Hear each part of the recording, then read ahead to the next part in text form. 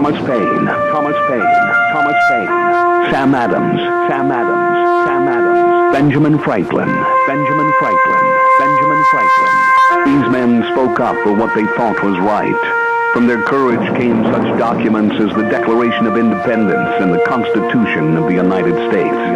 From their willingness to speak what was sometimes unpopular but right, we enjoy such liberties as freedom of speech, the right to keep and bear arms, and freedom of religion. There are those who still wish to oppress our freedoms, and there are still patriots willing to stand up and defend life, liberty, and the pursuit of happiness. Men like Zeb Bell, who honor our founding fathers and what they stood for.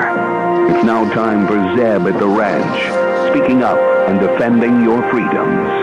Brought to you by Magic Valley Les Schwab Tire Centers and all of the other great advertisers on the program. And now, Zeb Bell. I found this the other day, and this kind of sums up the feeling the day before Thanksgiving.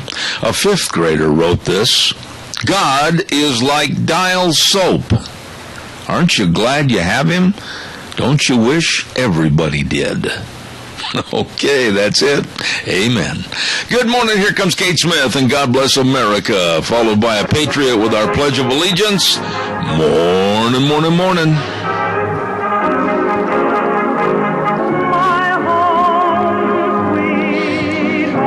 Thank you very much. Good morning the day before Thanksgiving, and I certainly hope and pray that you and your families will be gathered together tomorrow and give thanks for all that you have. Good morning. I'm Zeb Bell at Zeb at the Ranch, and our major sponsor, your Magic Valley Les Schwab Tire Centers, all 7 locations serving you, along with some of our great advertisers, Lee's Furniture, Floors, and More at 459 Overland and Burley, and our friends at Western Waste Services, always at your disposal. Get on the rock service today. Get rid of your garbage. Call 734-6969. Good morning, Gina. Good morning, sunshine. How are you? I'm doing well. I'm ready to do 5 days worth of work in one.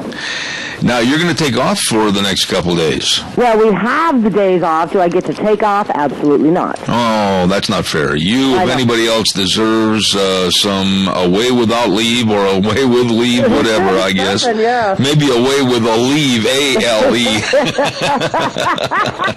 There you go. There you go. No, but I'm ready for Thanksgiving, and I'm really looking forward to the turkey feed tomorrow. You know, I'm going to talk about something this morning in the first hour, Gina, that is not going to set right with some, but it has to be said. I'm going to just give a little preview here real quick. We're going to be talking about the mamby-pamby, hands-off attitude that race baiters want for some, but not for others. In other words, you can commit a crime, but oh no, you can't be apprehended or touched. And I'm going to talk about that this morning because it needs to be said. I was hauled on the carpet by a couple of calls yesterday, and because they basically wanted to call me a racist, and I don't care what color of skin you are. If you do something wrong against society's laws, you should be punished. Amen. Okay, do we have a pledger? Me, you, or Michael? Oh, you, absolutely. All right. I pledge allegiance to the flag of the United States of America and to the republic for which it stands, one nation, under God, indivisible, with liberty and justice for all. Absolutely excellent. Now it's time for the weather, and the weather is brought to you by Cheney Flooring and Home Design, 1228 Oakley Avenue in Burley. Look for the blue door. All your carpet and flooring, kitchen construction, home decor. Oh, you've got to check out all their Christmas decorations. Oh, my goodness. They've got everything to make your house a home. Check it out with Kyle and Whitney Cheney today at 1228 Oakley Avenue in Burley, 678-6945. Look for the blue door at Cheney Flooring and Home Design. And right now, here is Michael Rogers' weather. Got a storm coming, but you won't see it till Friday night. And when it does come, it'll take place from Friday all the way through Sunday. So what's going to happen for today and tomorrow? How about nice weather with temperatures in the mid-50s, overnight in the middle 40s? Happy Thanksgiving. Enjoy the weather. So what do you got? Michael, if you can still hear me, call me after the program, and Michael's already gone. Michael's in a hurry this morning. Anyway, I appreciate it. Michael Rogers Weather, brought to you by Cheney Flooring and Home Design, 1228 Oakley Avenue in Burley. I'm going to take care of a couple of other items of business, and I want to extend to you and yours, drive carefully out there. If you're going over the river and through the woods to grandmother's house you go, be careful. Be careful driving out there. There's a lot of people going to be on the road today. I think today, the people have said that are involved with the American Automobile Association, etc., say that this is the busiest travel day. There will be more flights today. There's just more people going home right now and traveling than any other day, so be careful. Don't forget, too, our friends, and they are our friends, at Ramsey Heating and Electric. Wow, busy time for them. Yeah, they know that everybody's just kind of clicked on the furnaces and said, yep, warm me up. Well, wait a minute. The problem is maybe you didn't have your furnace taken care of and just checked out, or maybe you didn't change the air filter in your furnace. Now, don't go to these discount stores and buy these little fake phony ones that are going to last about 2 days and then you got to change them again. No, get the good ones.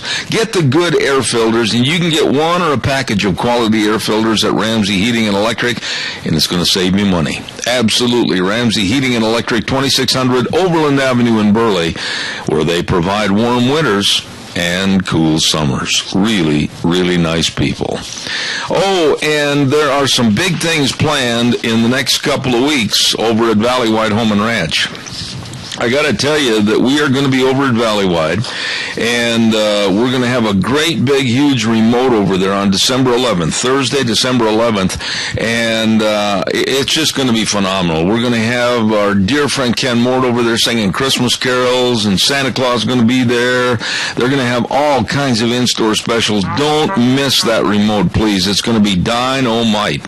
And they've got all your winter needs, all your snow melt shovels, warm clothing, everything to keep you warm at Valley Wide Home and Ranch, 910 South Oneida in Rupert. And by the way, make sure you check out all the feed for your livestock in this colder weather. They need the best of all the caloric content, proteins, etc. They've got the best of feeds right there at Valley Wide Home and Ranch. Good morning, caller. You're on the air. Good morning. I think you made a mistake yesterday. What'd I do? In giving Al Sharpton all of the accolades and the big build-ups. Oh, wait a minute, Helen. Now, in a way, that offends me, because I have never given Al Sharpton any accolades or any build-up. So it might be tongue-in-cheek, but I can't stand the man. I know you can't, but you should also put in Eric Holder, Jesse Jackson, Barack Obama, Saul Alinsky, Soros, and Valerie Jarrett. They're all in this, as well as Sharpton. Well, I know that, but my point of view was just at Sharpton yesterday and the day before for his absolute lack of caring for the red, white, and blue of America and a unified country. And when he came out yesterday after my program and said that this is what really frosts me, is that he came out and said that he is demanding a new strategy of how blacks are treated by law enforcement. And that's the topic of what I'm going to talk about this morning, Helen. I am not about to stand by, and I'll start with you. I am absolutely adamant that our police officers should never have to start using a color code to treat criminals differently. That is absolutely asinine. Well, it's not only asinine, but it's stupid. Well, it is, and it's dangerous. Who is financing this?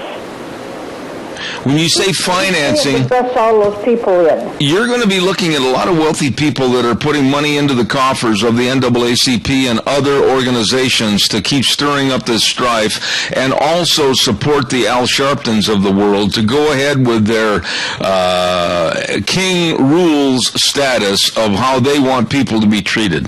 The money laundering that goes on behind the scenes is amazing. The liberal left has their own money people that keep building up insurrection, and this is part of the problem in Ferguson, Missouri. Well, don't you think that there's the White House is behind this? The what? The White House? I can't say that because I don't have proof. And as you well know on this program, and I've said it many times, I will not say anything that I cannot back up or prove in black and white or whatever. I do know that Al Sharpton demanded a new strategy of how blacks are treated. That was a quote. Yeah. Well, he's full of baloney. Okay, Helen. Happy Thanksgiving. You too. Thank Have you. a good day. All right, thank you very much. Thanks. That's something I'm very adamant about. You can get a lot of talk show hosts that like to build a small fire and blow a lot of smoke, and unless it's factual, we're not going to cover it here. But I do want to get into this. I do want to get into this morning because of part of the reason. And if you have the Times News newspaper there in your hand, read the editorial by John Alexander this morning. I'm not going to lie to you. It made me clench my fists. And quite frankly, I'm going to try to get a hold of Mr. Alexander later on if I can today, or he can get a hold of me. And that editorial just infuriated me. It was written by an amateur and a novice that, quite frankly, I don't think has ever been outside in the real world. And some of the quotes that he made in his op-ed piece this morning about blacks and about whites and about policemen, he absolutely and positively should be taken to task. It was an amateur approach to an editorial. Caller, I'll be right there. Do not go away. I'll be right back. Barry Equipment and Rental with Eli and Nick and the whole crew. They want to thank everybody for their support over the past year. And I'll tell you what, they're going to be open on Friday and Saturday if anybody needs anything this weekend to work at home, equipment, whatever. But they're going to be closed on Thanksgiving. Barry Equipment and Rental, all three locations serving you all the time. And that's, of course, on Addison Avenue West in Twin Falls, South Lincoln and Jerome, and 159 West Highway 30 in Burley. Whether it's the Coyote tractors, Bobcat loaders, Doosan loaders, all the equipment to get the job done and get it done right at Barry Equipment and Rental. And they wish you and yours a very happy Thanksgiving. Good morning, caller. You're on the air. Yes, good morning, Zeb. You know, the root of all this problem is this country is being flooded with non-English speaking foreigners. Now, they're coming in, going on welfare, ending up in slums, and the crime rate increases. And this is just what Al Sharpton is looking to do. Mm-hmm. Al Sharpton wants to continue burning one city after another. And that's where the problem's at. And the cops are going to have their hands tied even more than they're tied right now. Absolutely. Absolutely. And I don't care if it's an Asian cop, if it's a Caucasian cop, if it's a black cop. It doesn't make any difference who is wearing the uniform. There are those of color, and there are those that want to promote racism, that think they and their organization and or their grouping of skin color should be treated differently or not treated with any disdain at all if they break the law. Well, this is where Al Sharpton is getting his powers from. He's going to agitate these people in every major city in this country, and whatever happened in Ferguson, you're going to find it all over the country. God help this country. And I would go along with that. God help the United States. Tony, very happy Thanksgiving to you and Mary. Thank you so much. Thank you, same to you and your family. All right. Jeff. God bless you, my friend. Bye-bye. You know, how in the world can elected officials, I've got to throw this out to you this morning, how in the world can elected officials that are supposed to be working for their constituents, regardless of skin color, how can elected officials, and in this case black elected officials, be a part of the protests and be standing shoulder to shoulder with the looters and the burners. And then when interviewed on some of the newscasts, turn around with vile contempt for the police that they're supposed to be supporting, that are supposed to be supporting the community, that are supposed to be supporting the pride in the community. How can elected officials do this? What happened to the pride in your community? Answer that question, folks. What happened to the pride in community that you have people bust in from out of the area that want to do nothing more than break windows, burn and loot and destroy in the name of what? In the name of what? That young man, and let's be blunt and honest. Caller, I'm going to be right with you. Let's be very blunt and honest. That young man at 6'3", over 300 pounds, was a thug. Now that offends somebody. Oh, Zeb's racist. No, I'm telling you the truth. He had just left a community store, walked in and took a handful of cigars, basically pushed the manager up against a greeting card rack and told him to shut up and get out of the way. He'd take what he wanted to. He's a punk and a thug. And when confronted by the police officer, it escalated to the point where, unfortunately, he lost his life. But why did he lose his life? Go back to what I said a minute ago. Because he's a punk and a thug. Caller, good morning. You're on the air. Dittos, absolutely. That's for sure. The prime function of government at all levels is protection of life and property. Well, obviously that's not happening or hasn't been happening in Ferguson. Can you imagine if a National Guard had been brought in? But the whole thing, like you say, they're bringing in all these agitators, there's communists, Black Panthers, and so forth. The Justice Department obviously is just looking the other way and letting this happen. Oh, now wait a minute. You bring up an interesting point, and it infuriated me last night too, Adrian, that why did, I believe his name is, and tell me if I'm wrong, the governor of Missouri's name is Nixon, I believe, and if I'm wrong on that, I'll apologize. He's a Democrat. Why in the world did he not have, after 3 months of knowing that this verdict was going to come down for the grand jury eventually, why wasn't he prepared with the National Guard on the first night when that verdict and that edict came out? I mean, this is total politics as far as I'm concerned. It was kind of like, let the liberal left do what they want to do, let them burn, let them cause race baiting, let them cause race hating, and I just think this whole thing could have been avoided with some kind of structure from the governor's office on down. Oh, absolutely. I totally agree with that. And yeah, he just totally dropped the ball. And I think O'Reilly actually asked for his resignation last night. And he should. He should. Yeah.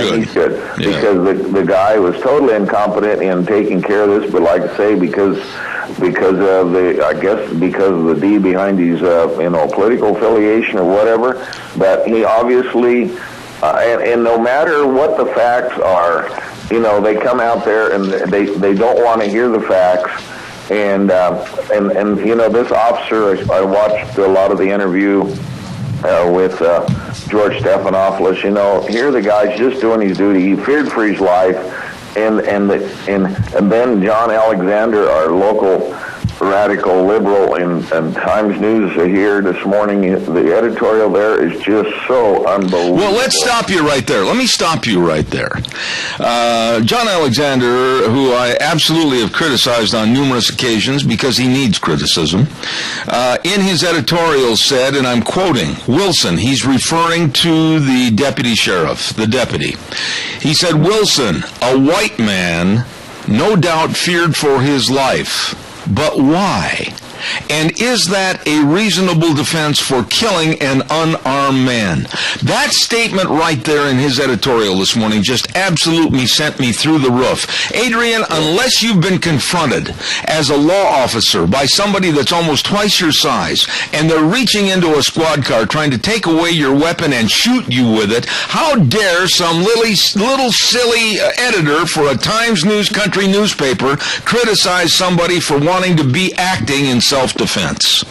Yeah, it's unbelievable. It made me mad too, and that's one of the reasons I called this morning, because I thought I got to, this kind of asinine editorial is just totally off the wall and totally it's unbelievable. Really. Yeah, but wait a minute. Listen, the end of the editorial was even worse, where he says at the very end, the white cop felt threatened. Feeling is the key here. Brown was a large young black man after all. Pepper spray is reserved for the less scary, such as white kids. So in other words, the inference there was that white kids would have been treated with mamby-pamby hands and the black kid was just shot. That was not the case, and all Alexander's doing in this doggone editorial is just race baiting. That's all he's doing. Oh, it is absolutely a race baiting deal. Just throwing gasoline in the fire. And the president, his comments were just ridiculous. He spent 2 lines basically saying we need to have peace and quiet, and then he just went on and ratted against the fact that the blacks had been treated badly for the last 250 years. I got to take a run, and I've got a commercial break, Adrian. I'm running late, but thank you for your call as always. I appreciate it, and happy Thanksgiving to you, my dear friend. You too. Thank you. Thank you. It just is infuriating to me that we have to look at a color of a skin in order to be a law provider. A law provider. A policeman has to now have a color code, like I said earlier. This is so ridiculous. So ridiculous. And blacks are saying there was no justice. Not all blacks. I hate that when the news media lumps everything together and says blacks are saying there's no justice. There are black people that absolutely are in favor of the police going in and settling situations, and they are also blacks that are supporting this officer.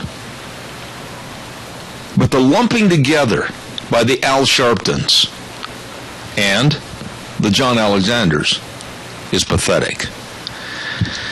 Denny's Restaurant, 611 Overland in Burley, and that's the home of our Zeb's Lunch Bunch. Our next lunch bunch will be on December the 11th, and we're combining Thanksgiving and Christmas together at Denny's Restaurant. Don't forget that, on December 11th. And we just want to say thank you to Thomas and Terry and the whole crew. Wow, what a staff. So efficient, so friendly, great food, breakfast, lunch, or dinner.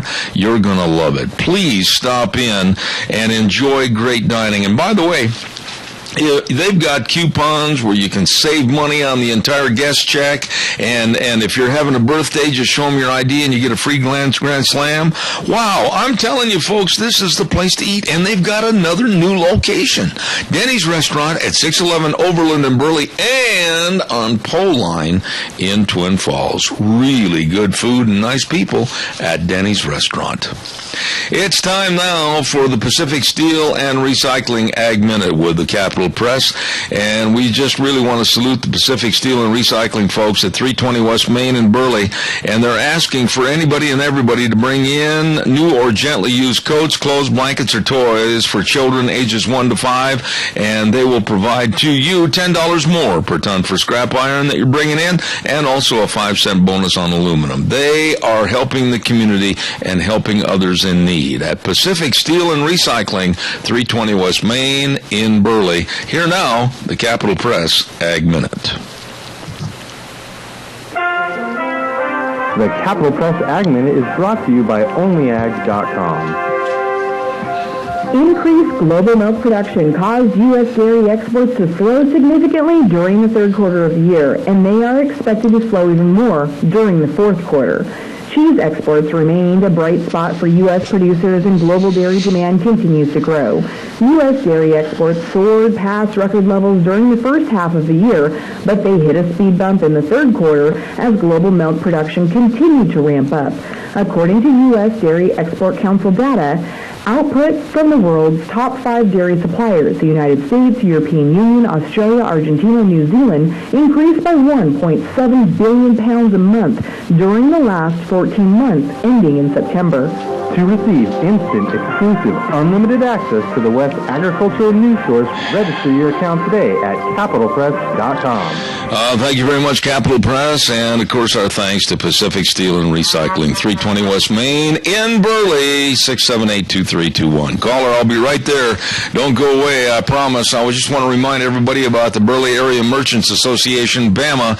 Wow, great local stores, and they've got everything you could possibly want for Christmas shopping. That's right, and keep the money right here locally. By golly, they're working for you. You can help them. Let's everybody keep the dollars local. And don't forget next Monday, oh my goodness, the annual Burley Christmas Light Parade. Entries are going to gather at Dvorak School at 5:30, the parade to Centennial Park at 6 p.m., and Santa's going to be there to turn on the lights, and there's free hot chocolate, donuts, and cookies. Ho, ho, ho!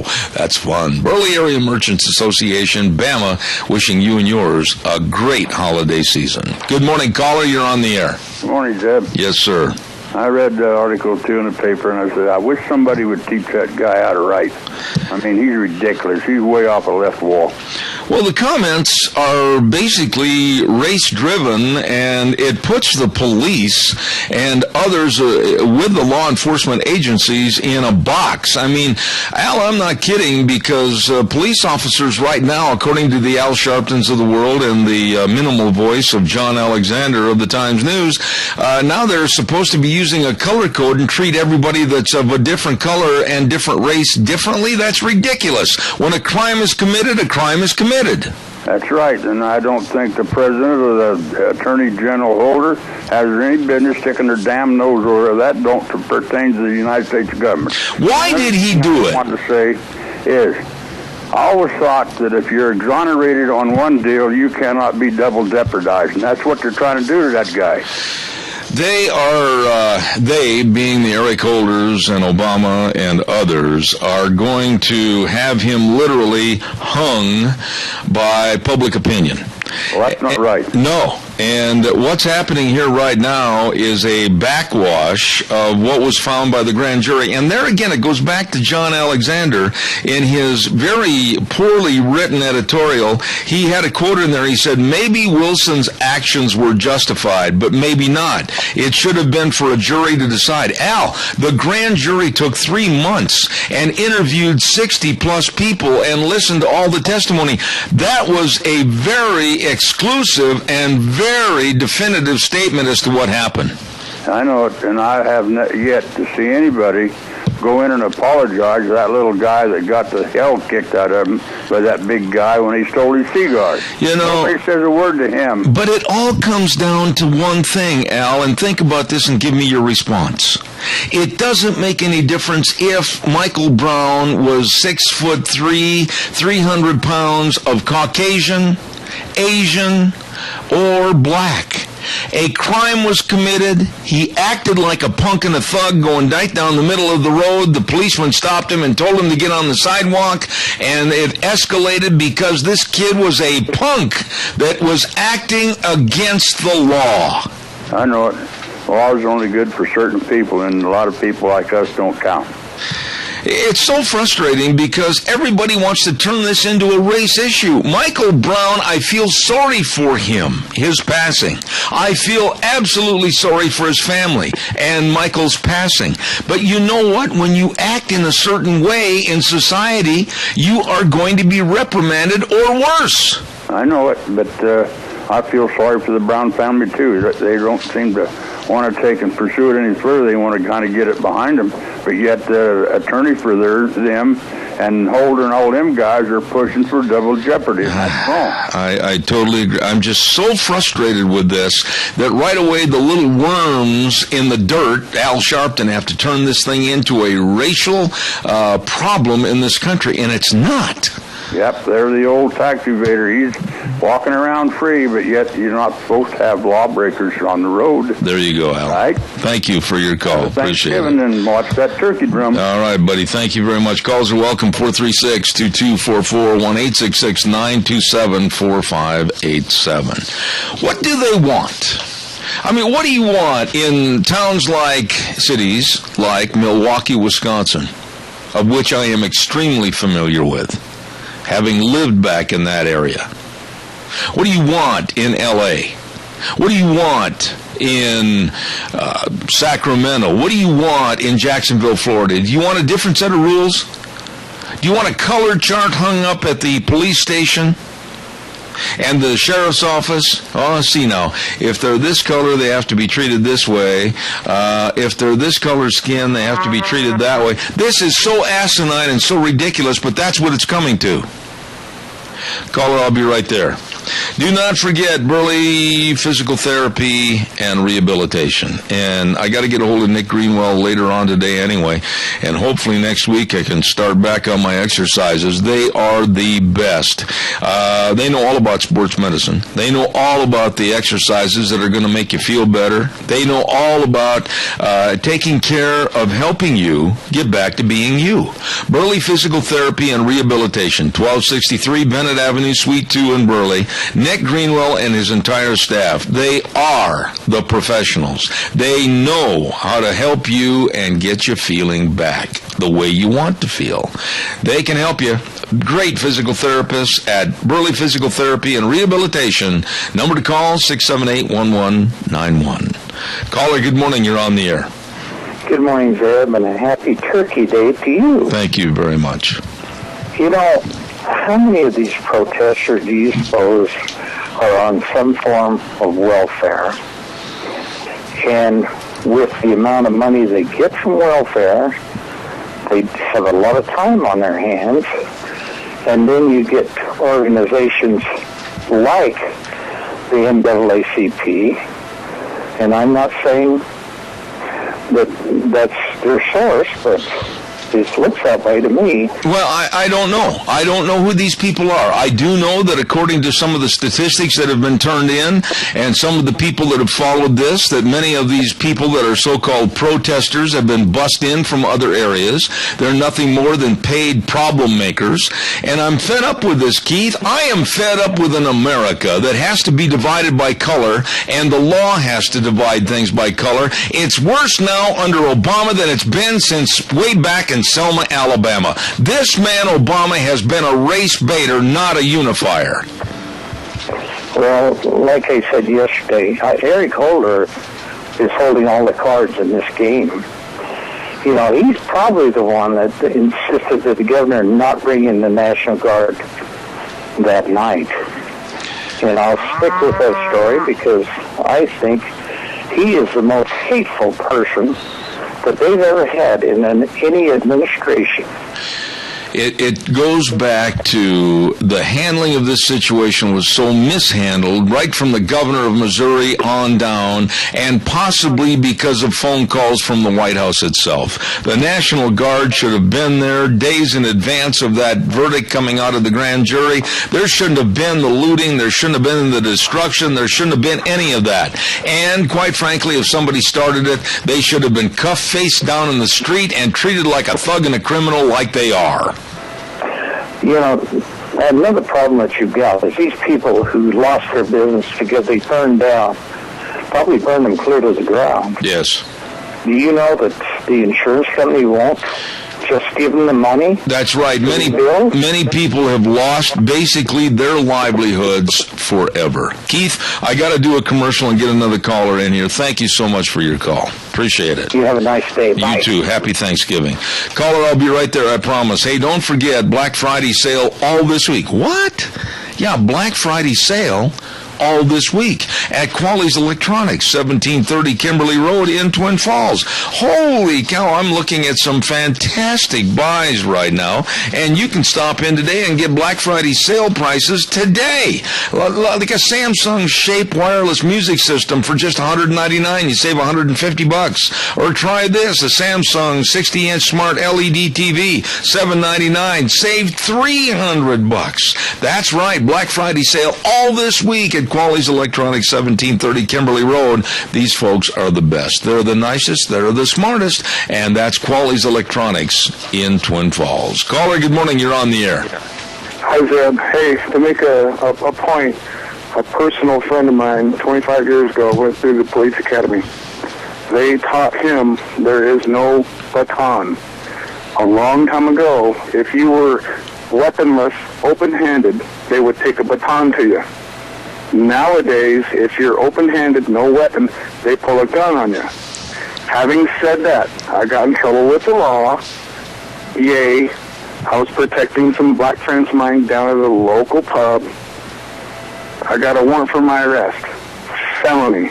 It was dropped to a misdemeanor disturbing the peace. But anyway, they sent this individual to my house, knowing he was a personal friend of mine, on a felony warrant. He had his weapon drawn. I said, "What are you doing?" He said, "It's a felony warrant," and I obeyed. I had no qualms. When the officer of the law says this, you obey. It's called respect. I respect my mother and father. I respect my grandma and my grandpa. I respect the law. Now, when a peace officer, an officer of the law, says one thing, you obey. If not, their weapon is drawn because their life's at stake, and they're going to shoot you. Plain and simple. That's what he told me. Let me ask you a question. He's a personal friend of mine. Let me ask you a question right there, sir. I appreciate your call. I respect your call. I want you to know that. Number one, in this circumstance, as to what happened with all the facts that are in the grand jury's findings in Ferguson, Missouri, the officer in question confronted the young man. There was a scuffle in the car, and the black young man was trying to rough up and, quite frankly, subdue the police officer, and everything escalated from there. But why is it that black leaders like Al Sharpton, and I use the word leader sparingly, why do they want a color code to treat criminals differently? This is the point I want to get at this morning. Why should the police have their hands tied like that? I don't know. I'd like to have an all-white college. Because I'm Caucasian. I'm German descendant. Yeah. I'd like to have an all-white college.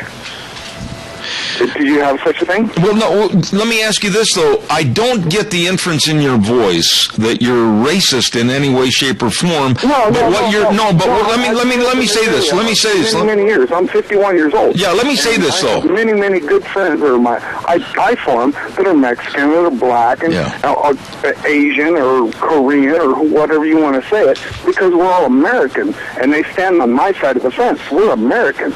But I think the point you're saying, and let me help a little bit if I can, is that it seems like whites and Caucasians were always backed into a corner, and we've got various things like in sports that we're being forced and coerced. Oh, you must have the numbers up on black coaches. Oh, you must have the numbers up on black players. Oh, we've always got to help the minorities, whereas the whites are pushed into a corner to where they can't say anything. Isn't that basically what you're saying? And I agree with you.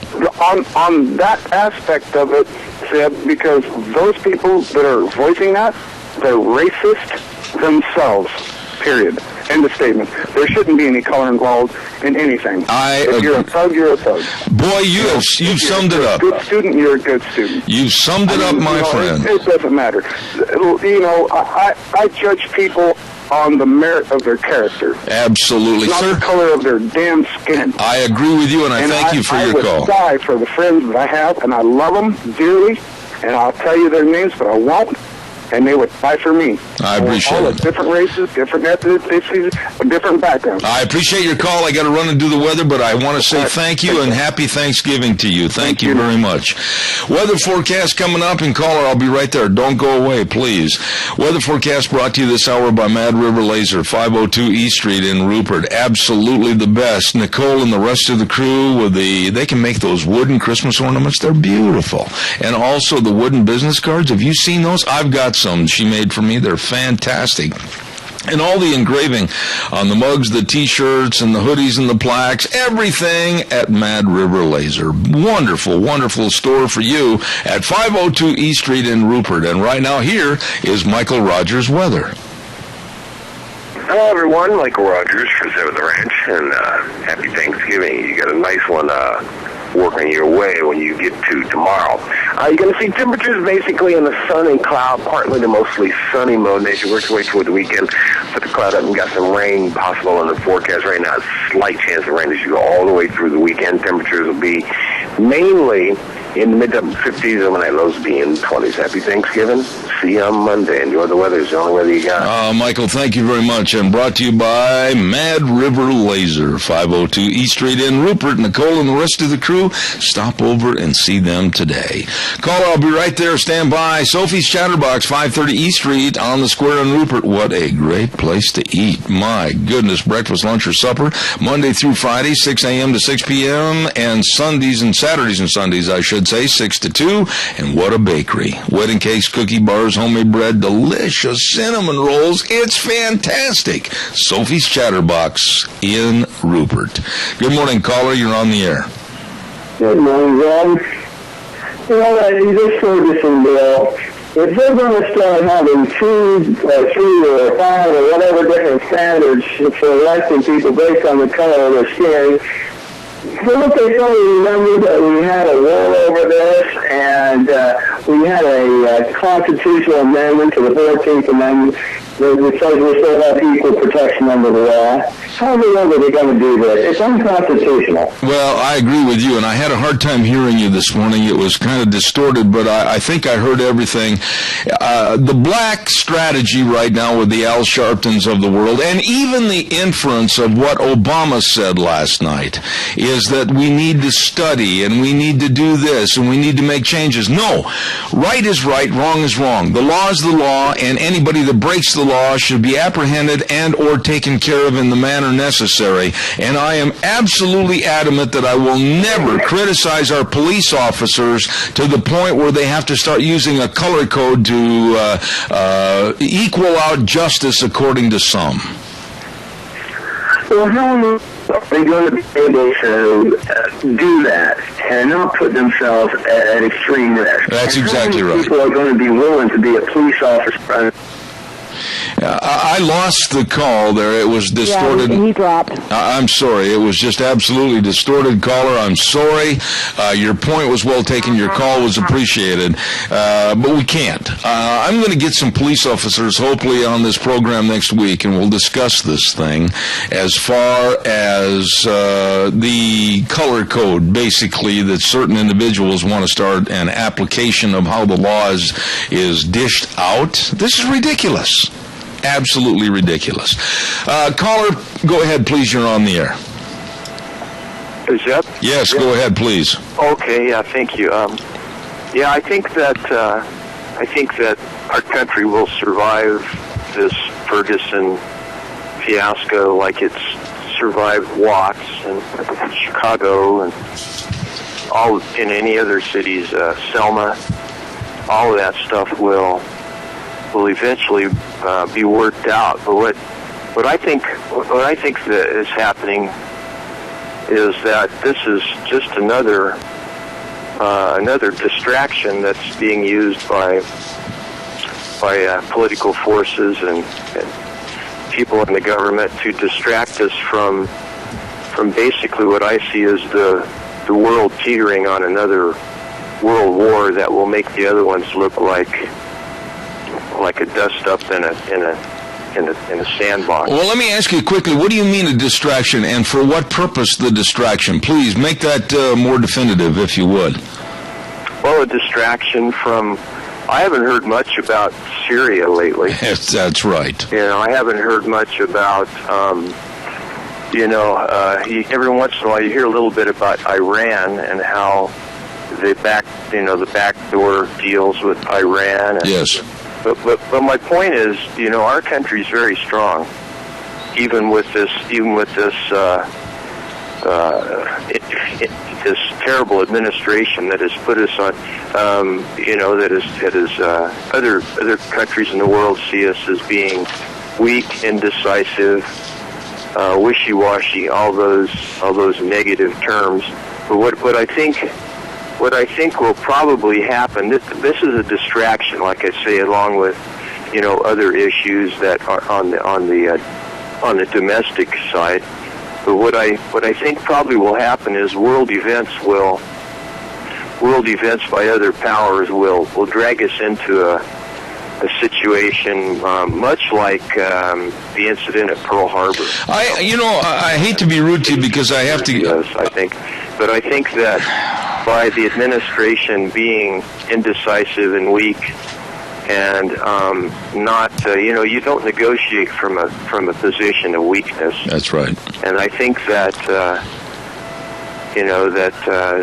that's probably what will happen is on the world stage, our country will be dragged into a world war, and these other things will seem to be not such big issues. Well, I don't want to put words in your mouth, but and I'm running out of time here, but I just want you to respond to this quickly. I think basically what you're saying is that with all the internal fires and scandals that we have through this administration over the last 6 years that seem to be one cover-up fire for another one that's still smoldering, it seems like the attention is being spread all over, while many of the bad guys across the world, whether it's ISIS or whether it's the Syrian situation, whether it's Iran, all of these that are very, very dangerous signals for world control, they are happening and could suck us in, and we would be the least wise of the group because we've been sucked into a war that will be the demise of this country.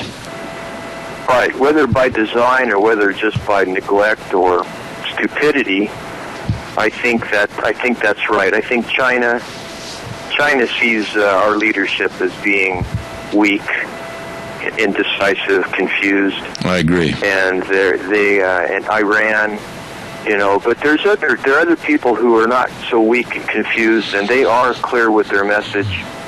And I think you know who I'm talking about. I do, and I got to run and do a commercial break, but I want you to call again, caller. That was very well defined. Thank you so much for your thoughts, and happy Thanksgiving to you and your family. Thank you very much.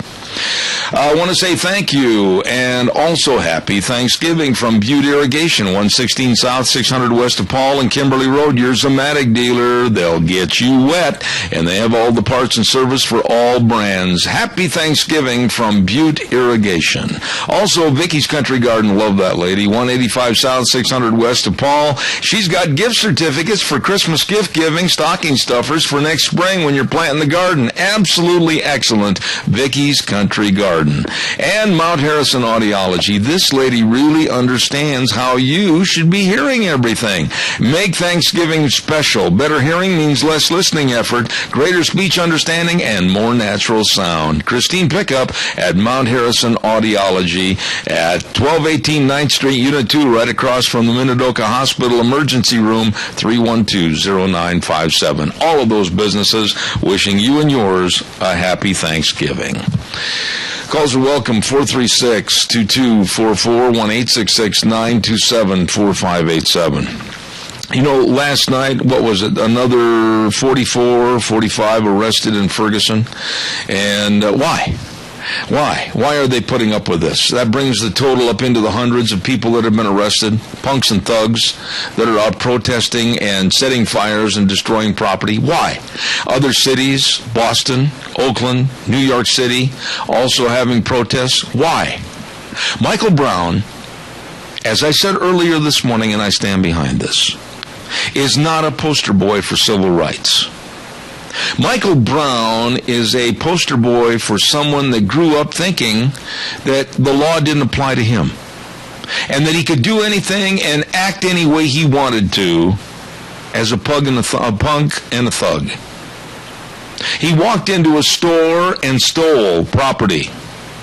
He pushed aside the store manager and threatened the store manager that if he did or said anything, he would take physical recourse against the manager. And then he swaggered out into the street, walking down the middle of the street, when police officer Wilson came up and told him to get on the sidewalk, and then the confrontation ensued. This young man, with his antisocial actions, created the disturbance, not the police officer. This young man created an assault problem on the police officer that escalated into his death.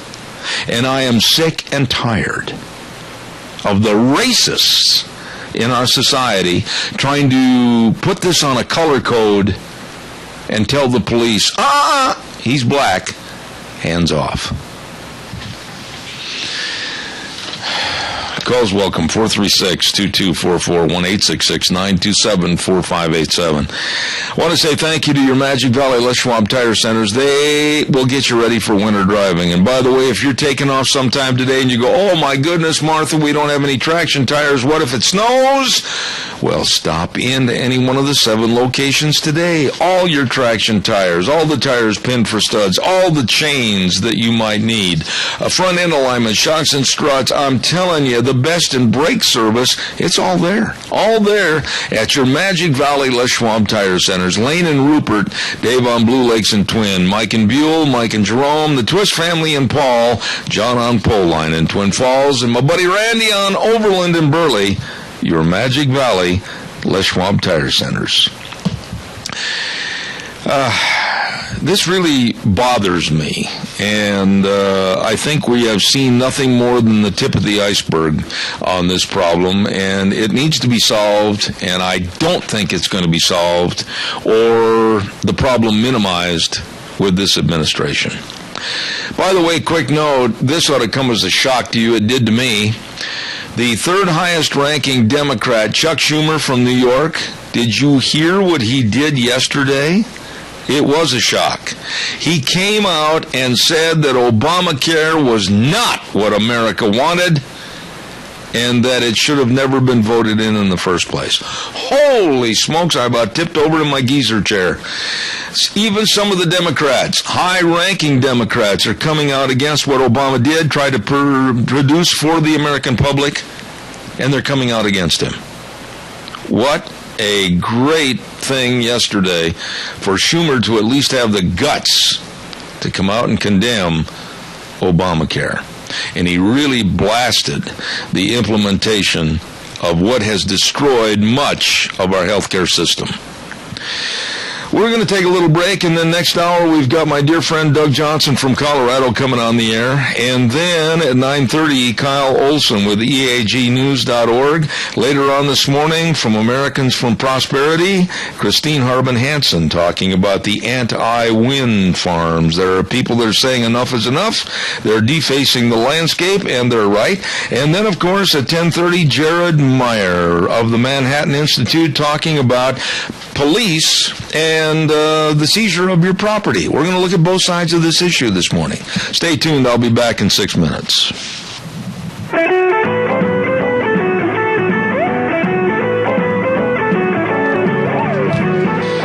Oh, boy. Pretty day. Supposed to get up in the 50s today. After the show, I think Deanna and I will go out and sit on the porch and absorb some sunshine. Good morning. I'm Zeb Bell, Zeb at the Ranch. And, of course, our major sponsor, your Magic Valley Les Schwab Tire Centers, all 7 locations serving you, along with some of our great advertisers, and they are Lee's Furniture, Floors and More at 459 Overland and Burley, and our friends at Western Waste Services. From the canyons of the Snake River and all across southern Idaho,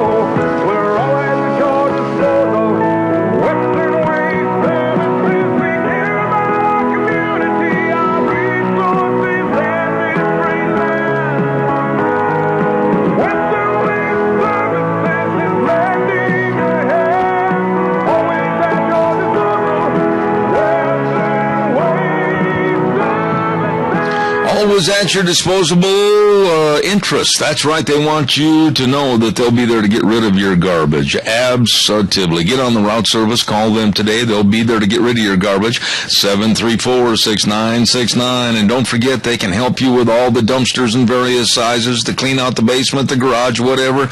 They are the best. Western Waste Services, 734-6969. Always at your disposal. Oh, we got so many wonderful people on this program, and I certainly appreciate them. And another business that absolutely is to be respected and thanked for all they do in the community, Hanson Mortuary, 710 6th Street in Rupert, with our dear friend Joel Heward, his entire family and staff. Always there when you need them. Absolutely. And they always treat people with the highest ethical standards with unquestioned integrity. And I urge you to write the number down and call them when there's the passing of a loved one. 436-5636. 436-5636. They can help. They will help. Hanson Mortuary, 710 6th Street in Rupert. Please call them today. With me on the phone is a dear friend, and I am sometimes very rude and don't ask him what he wants to talk about in the morning when he's on my show, but today I'm going to go ahead and kind of force the issue a little bit and let him know what I talked about first hour unless he hasn't been listening. Doug Johnson, good morning to you. How are you? Well, I'm good, Zeb. Happy Thanksgiving. And the very most, the best of blessings and abundant blessings to you and your wife, please. Well, thank you. I appreciate that. That's mutual. Same to you and Deanne. Doug, I want to, if I can, I want to lead you. We got a little bit of backlash this morning, but I want to just lead you into what I was talking about first hour, and I'm not going to back up on this because I thought long and hard about it last night. I see this issue in Ferguson, Missouri, almost creating a complete dilemma for police officers all across the United States because of the Al Sharptons and even President Obama himself, almost demanding that those in minority status, those of color, they are going to have to, the police, start using a color code to treat criminals differently. Do you agree with me or not that this is a problem that's being exacerbated because of Ferguson, Missouri? Oh, yeah, it is being exacerbated. It's being exacerbated intentionally. The president, the attorney general, and all the race baiters they're tied in with, this is what they're attempting to do. So it's no surprise. I think out of the whole thing, the two things that jump out at me the most, maybe three things are, one, and this is almost a separate issue, is the fact that we focus on what's going on in Ferguson and what's happening there is wrong and all those things, but we're focusing on symptoms, not the underlying problems.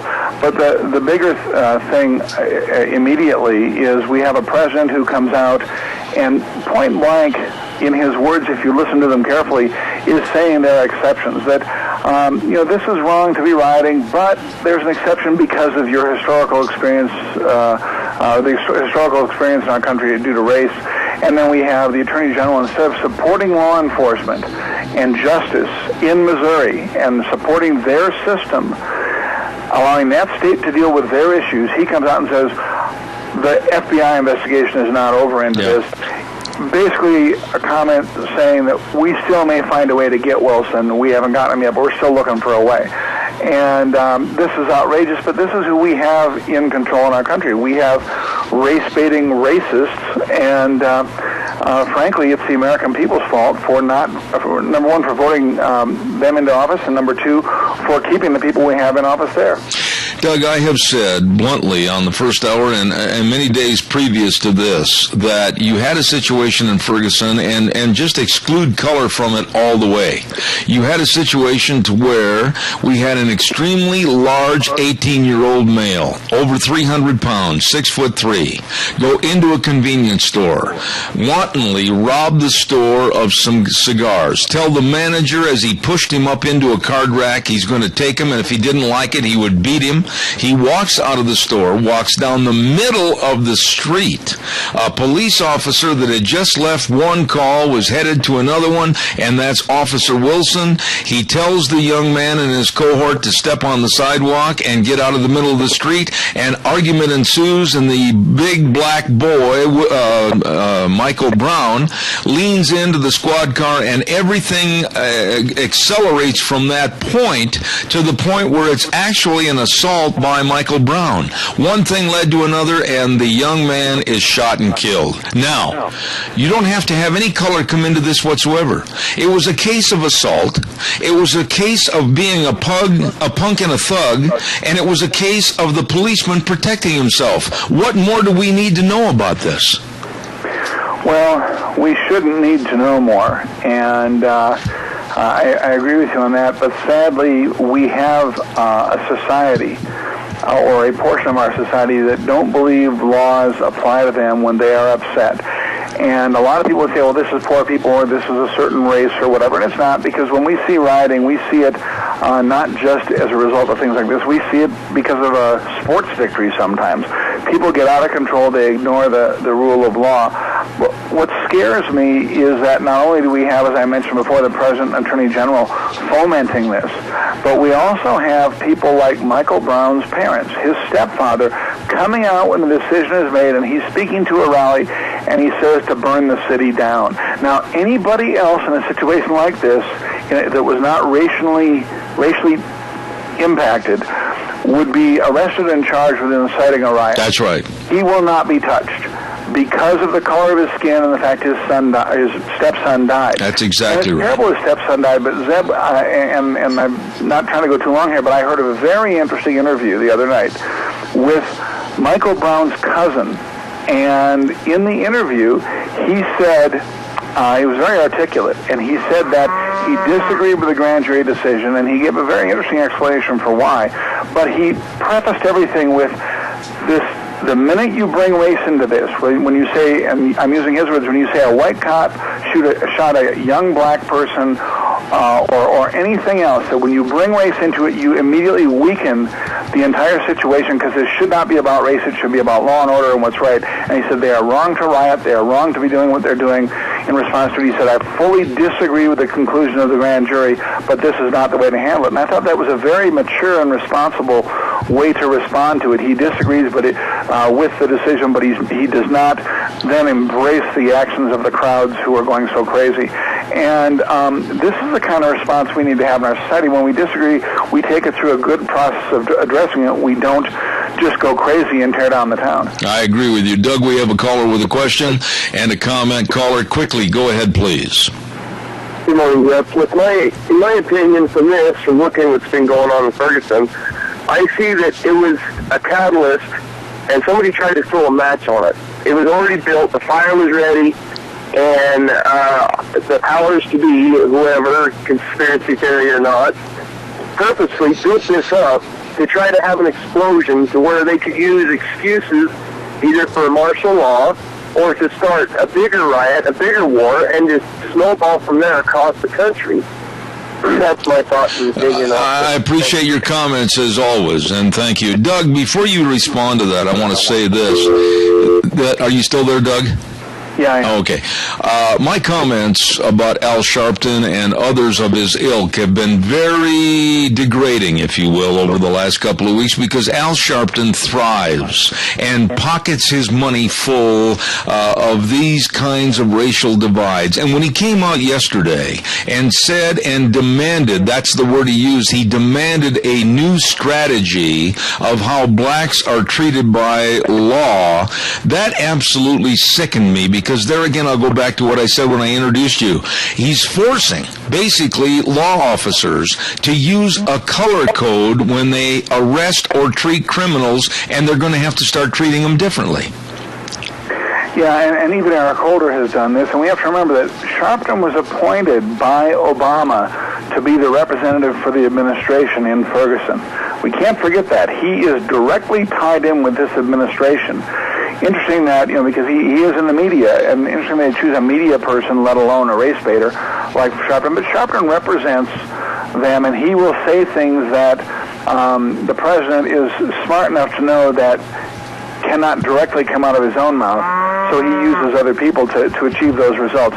We have to remember that Barack Obama's background is nothing more than an agitator. That is what a community organizer is. They are an agitator. They are designed to divide and upset people and create these situations. This is right out of the Saul Alinsky playbook. This is verbatim out of the playbook. Everything Barack Obama does comes right out of Saul Alinsky's Rules for Radicals and the Howard and Piven strategy. Point by point, you can follow it. And so we shouldn't be surprised at all when we see this. What we should be doing is rejecting it and making change, but our country doesn't do that. I agree. Doug, I'm going to ask you to hold tight, as I will ask the caller to just hang tough for a minute. I've got to do a commercial break. We'll come back with your call momentarily.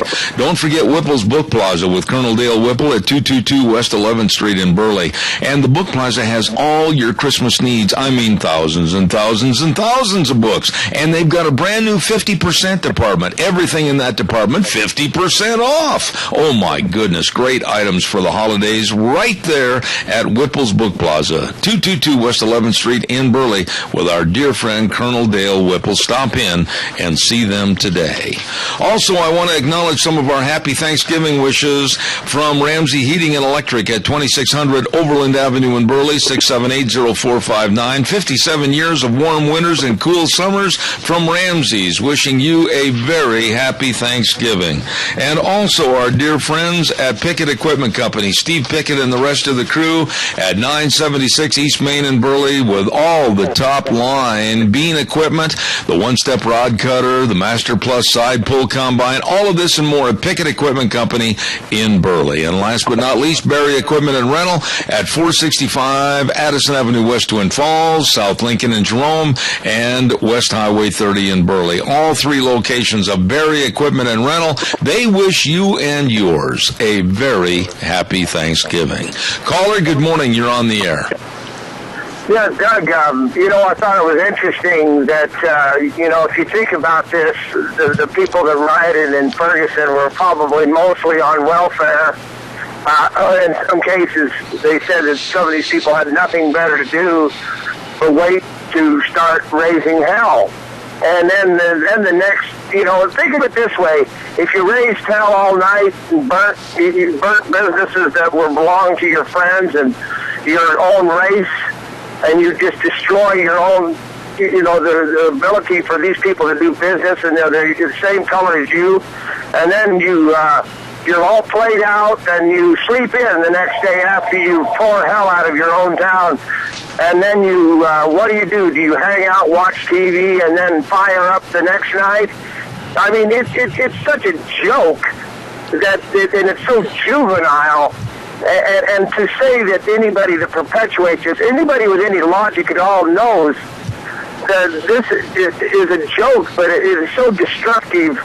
It's just still unbelievable. I'll hang up. I appreciate your call. And Doug, I'm very alarmed at the people's acceptance of other people being bussed in to be paid protesters, and many of which were confirmed as being part of the looting, the burning, and the destruction. It's absolutely ridiculous to me, and I lay the onus at the feet of the governor of Missouri for not having the Guard and other law enforcement officers ready right after the verdict was given by the grand jury, instead of allowing that first night of chaos.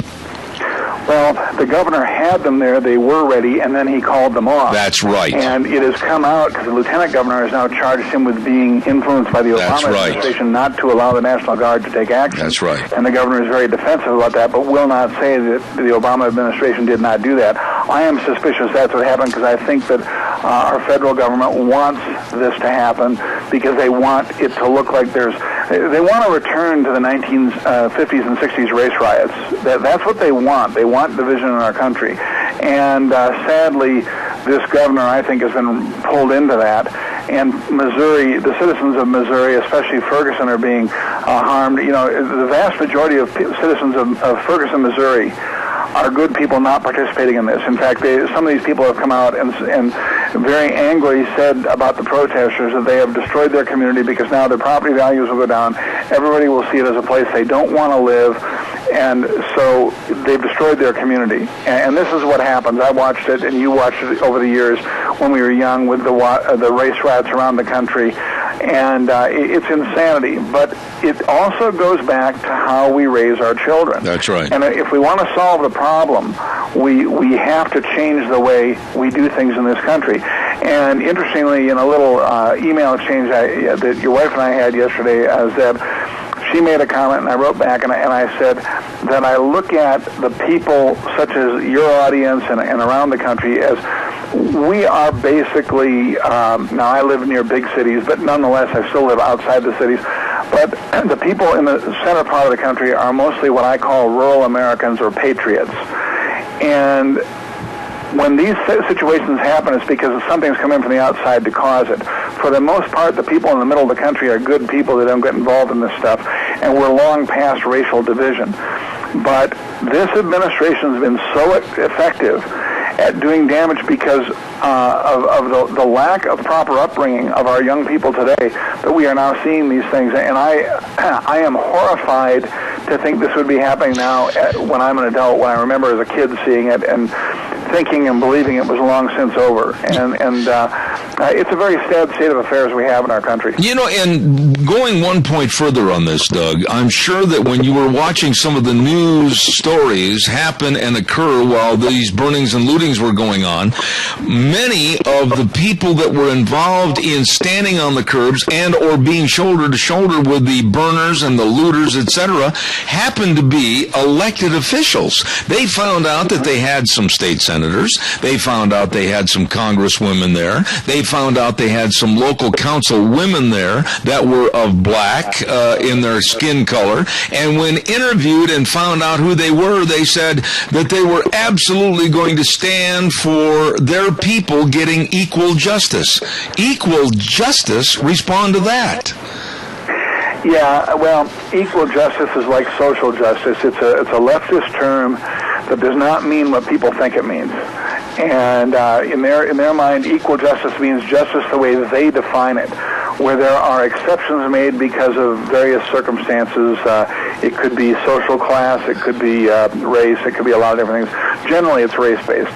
And what we really need in our country is we need a system that truly is blind justice, which is what we're supposed to have. But when you have an attorney general who point blank calls off a lawsuit, or actually legal action charged against the new Black Panthers for the 2008 election when they were intimidating white voters, and they have it on film. They have more evidence than most cases they've ever had, and he calls it off, and he will not prosecute black-on-white crime because he doesn't believe that's right. He believes the whites have gotten too much of a break over the years.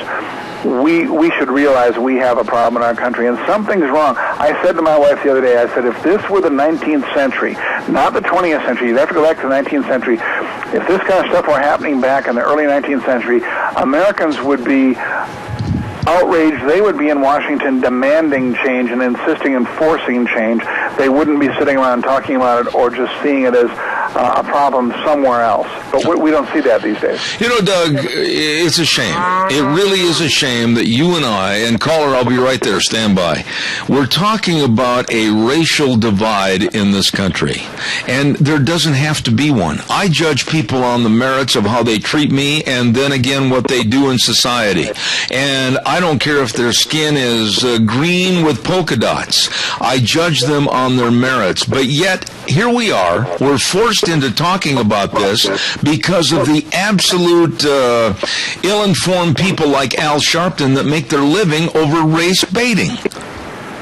Well, absolutely. In fact, and I'm going back to Eric Holder again. You know, remember, this is the guy who carries around in his wallet a little card to remind him that people will never see him the same as a white man.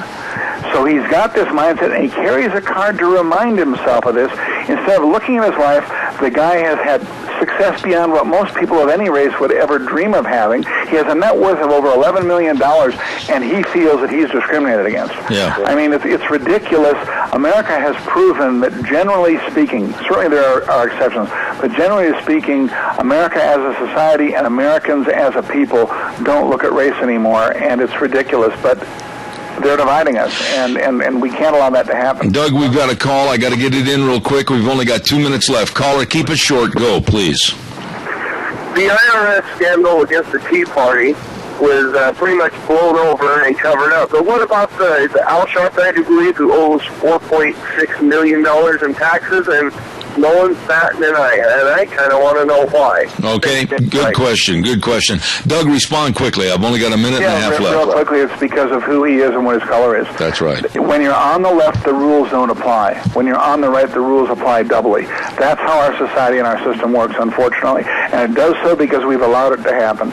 And I will make one last comment on a different topic, but I want to make it. People need to be keeping Supreme Court Justice Ruth Bader Ginsburg in their prayers, whether you like her or not, and by the way, I do not.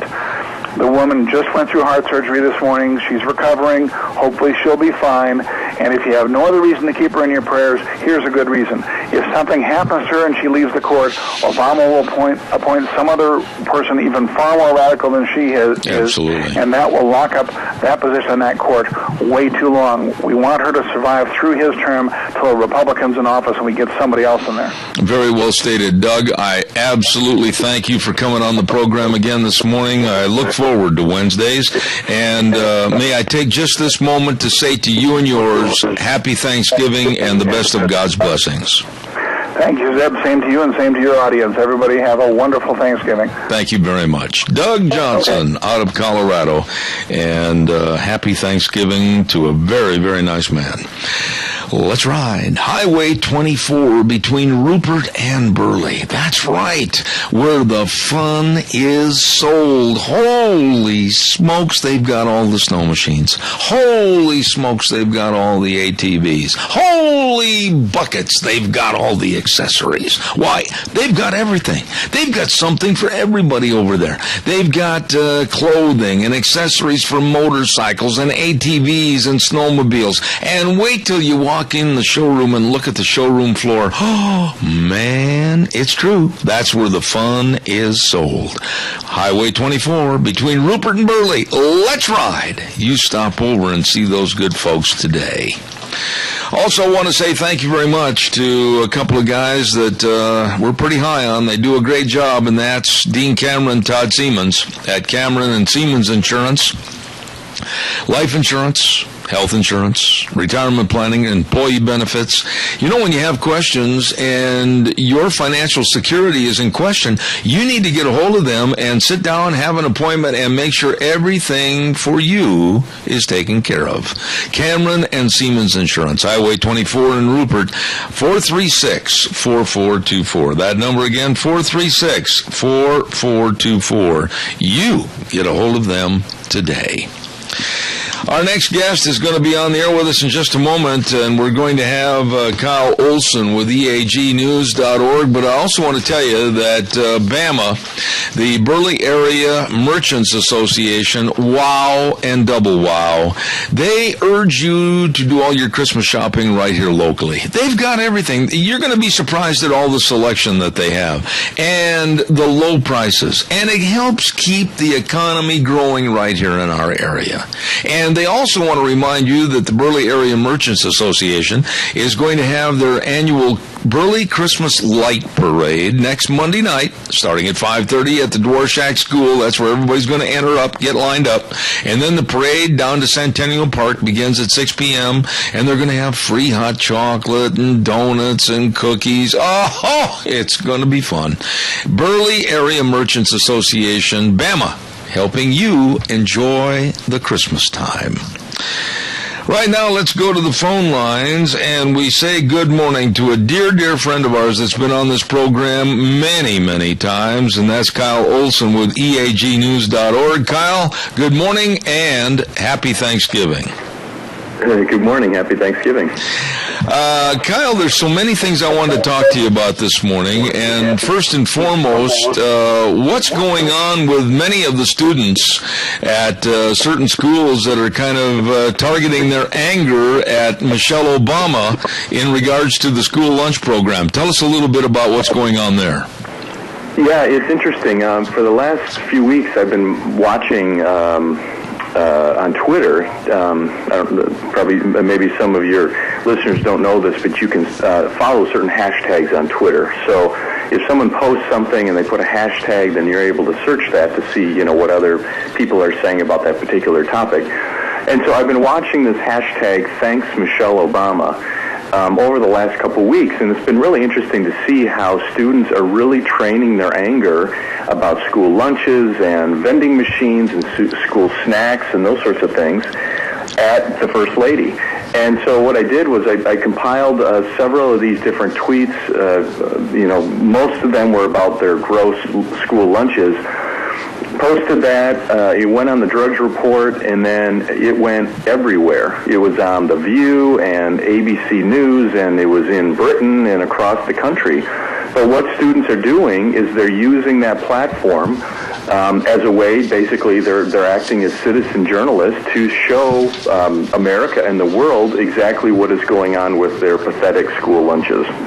You know, Kyle, you and I have talked about this in the past with the school lunch program, and I've seen many, many videos and many, many pictures of what these kids are eating or not being able to eat.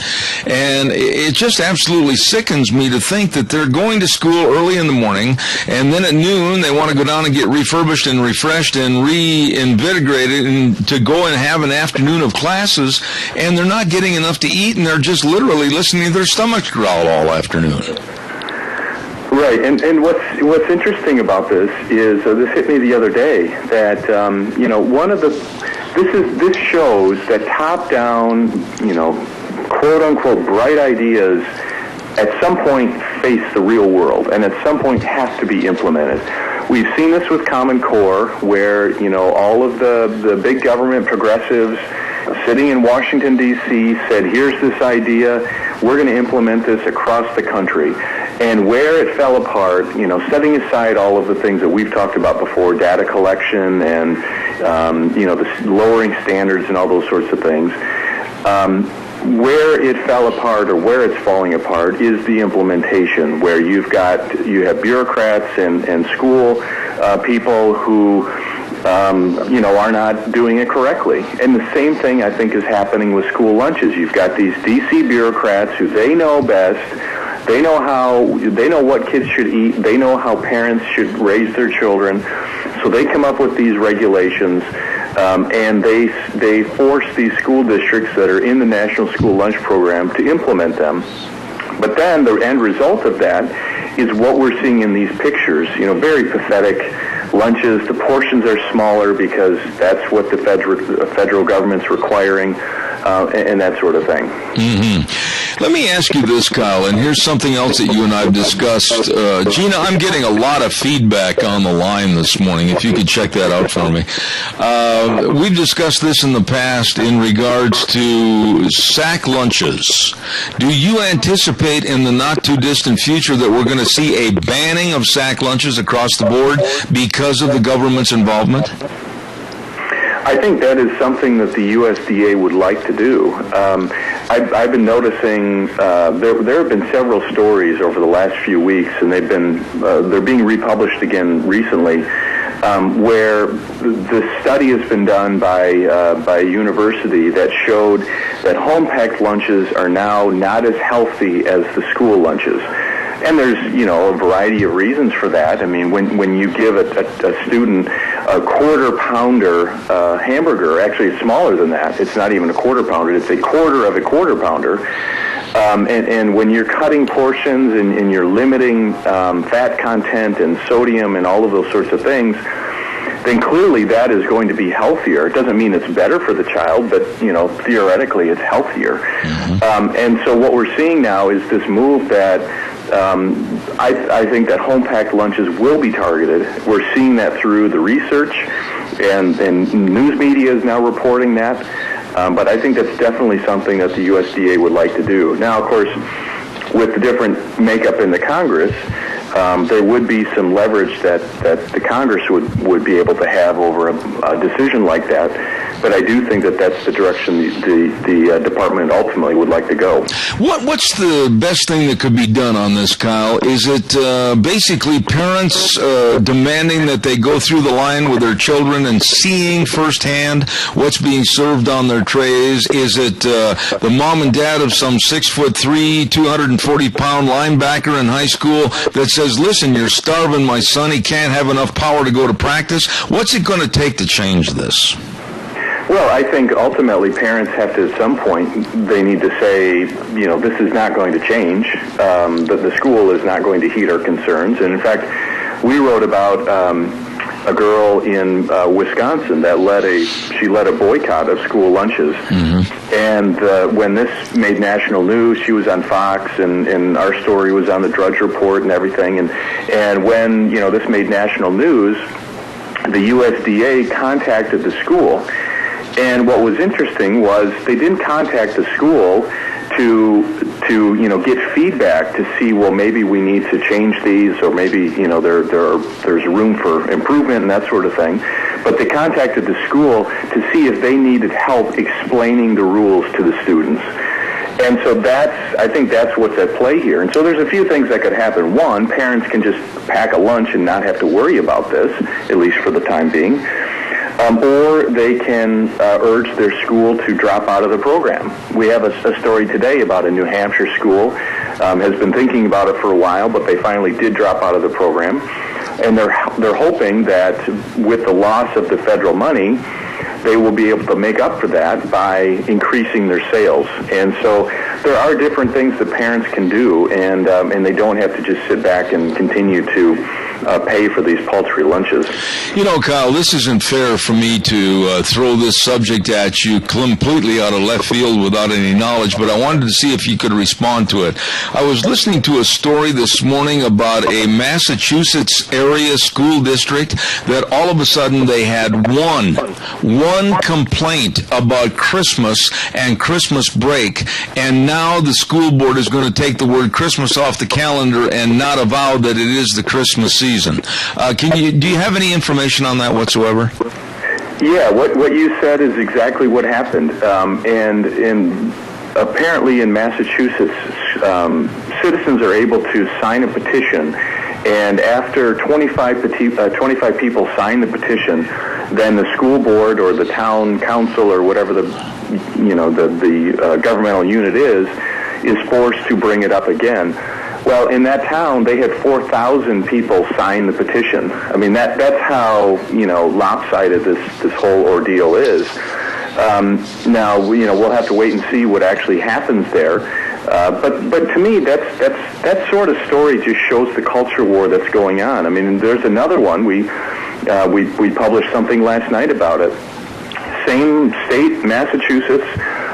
There's an elementary PTA every year would go to the Nutcracker Ballet, and the kids, would go to see the performance. But this year, parents complained that it has what they considered questionable material, the actual performance. And what they deemed questionable material was the Christmas tree that apparently is on the stage. And they found that could be insensitive and it might be discriminatory. And I read this story. It's a local TV story that we based our report on. And I had to read this 2 or 3 times, and I thought to myself, is this real? Could this be real, that they could actually believe that a Christmas tree is discriminatory and it's questionable material? I'm sitting here, I'm just shaking my head, because here it is, a federal holiday, an acknowledged federal holiday, Christmas. And whether you're Christian or not, whether you're secular or Christian, it's celebratory by many, many groups in this country. It's a holiday that has been basically worshipped and glorified by many people, not just Christians. And now we have to kowtow to certain numbers and obliterate it? What's going on here? Right, it's crazy, but I think that what in this move for tolerance and this move for acceptance and all of that sort of stuff, these are the sorts of moves that school districts are making. I mean, to me, it's just absolute idiocy that they would come up with these sorts of things. And no one, and what the policy has been in the school, that going to the performance is voluntary. No one is compelled to go.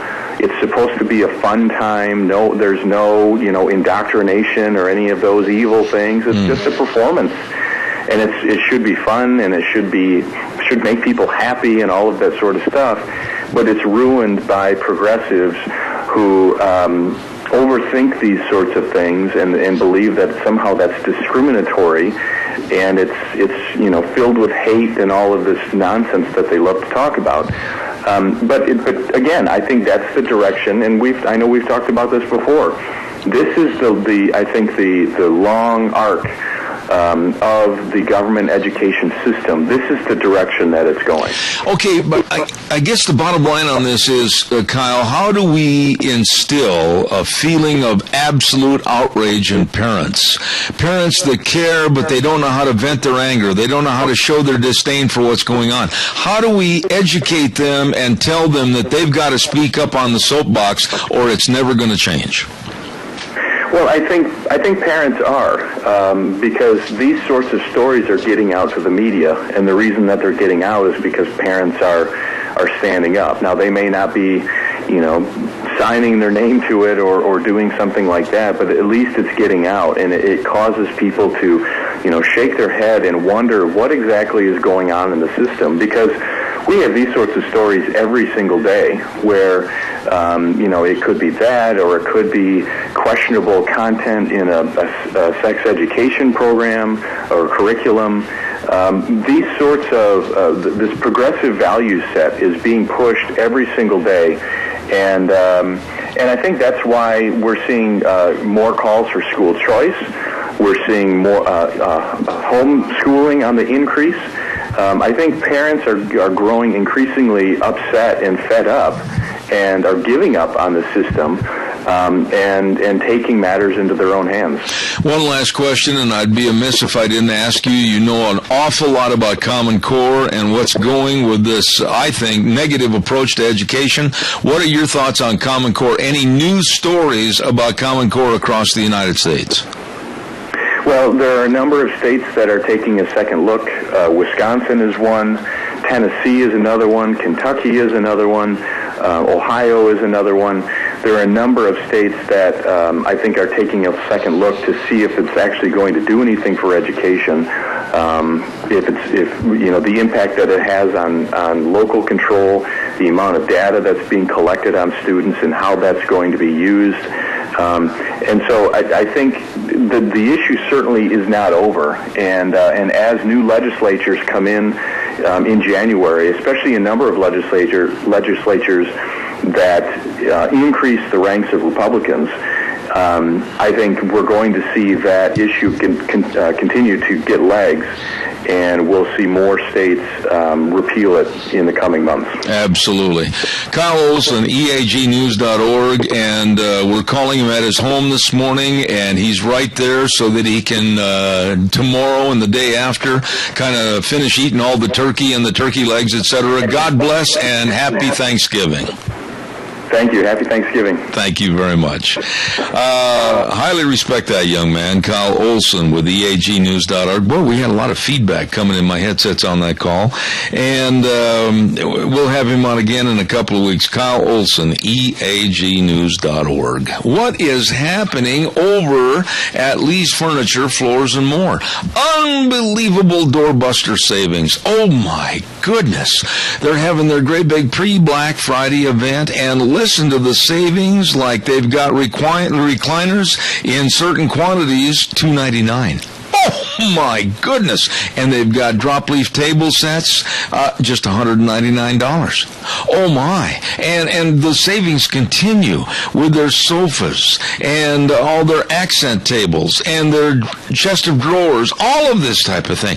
You better get in there. You better get in there right now to Lee's Furniture, Floors and More. Unbelievable doorbuster savings at Lee's Furniture, Floors and More at 459 Overland in Burley. Furniture, mattresses, accessories, floor coverings, window coverings, all of this, and great people to help you at Lee's Furniture, Floors and More. Really good folks. We got time for some calls. Give me a jingle on the landline, 436-2244, 1-866-927-4587. Give me a call. I'd like to hear from you. By the way, I want to remind you, too, that Black Friday sale all this week. What?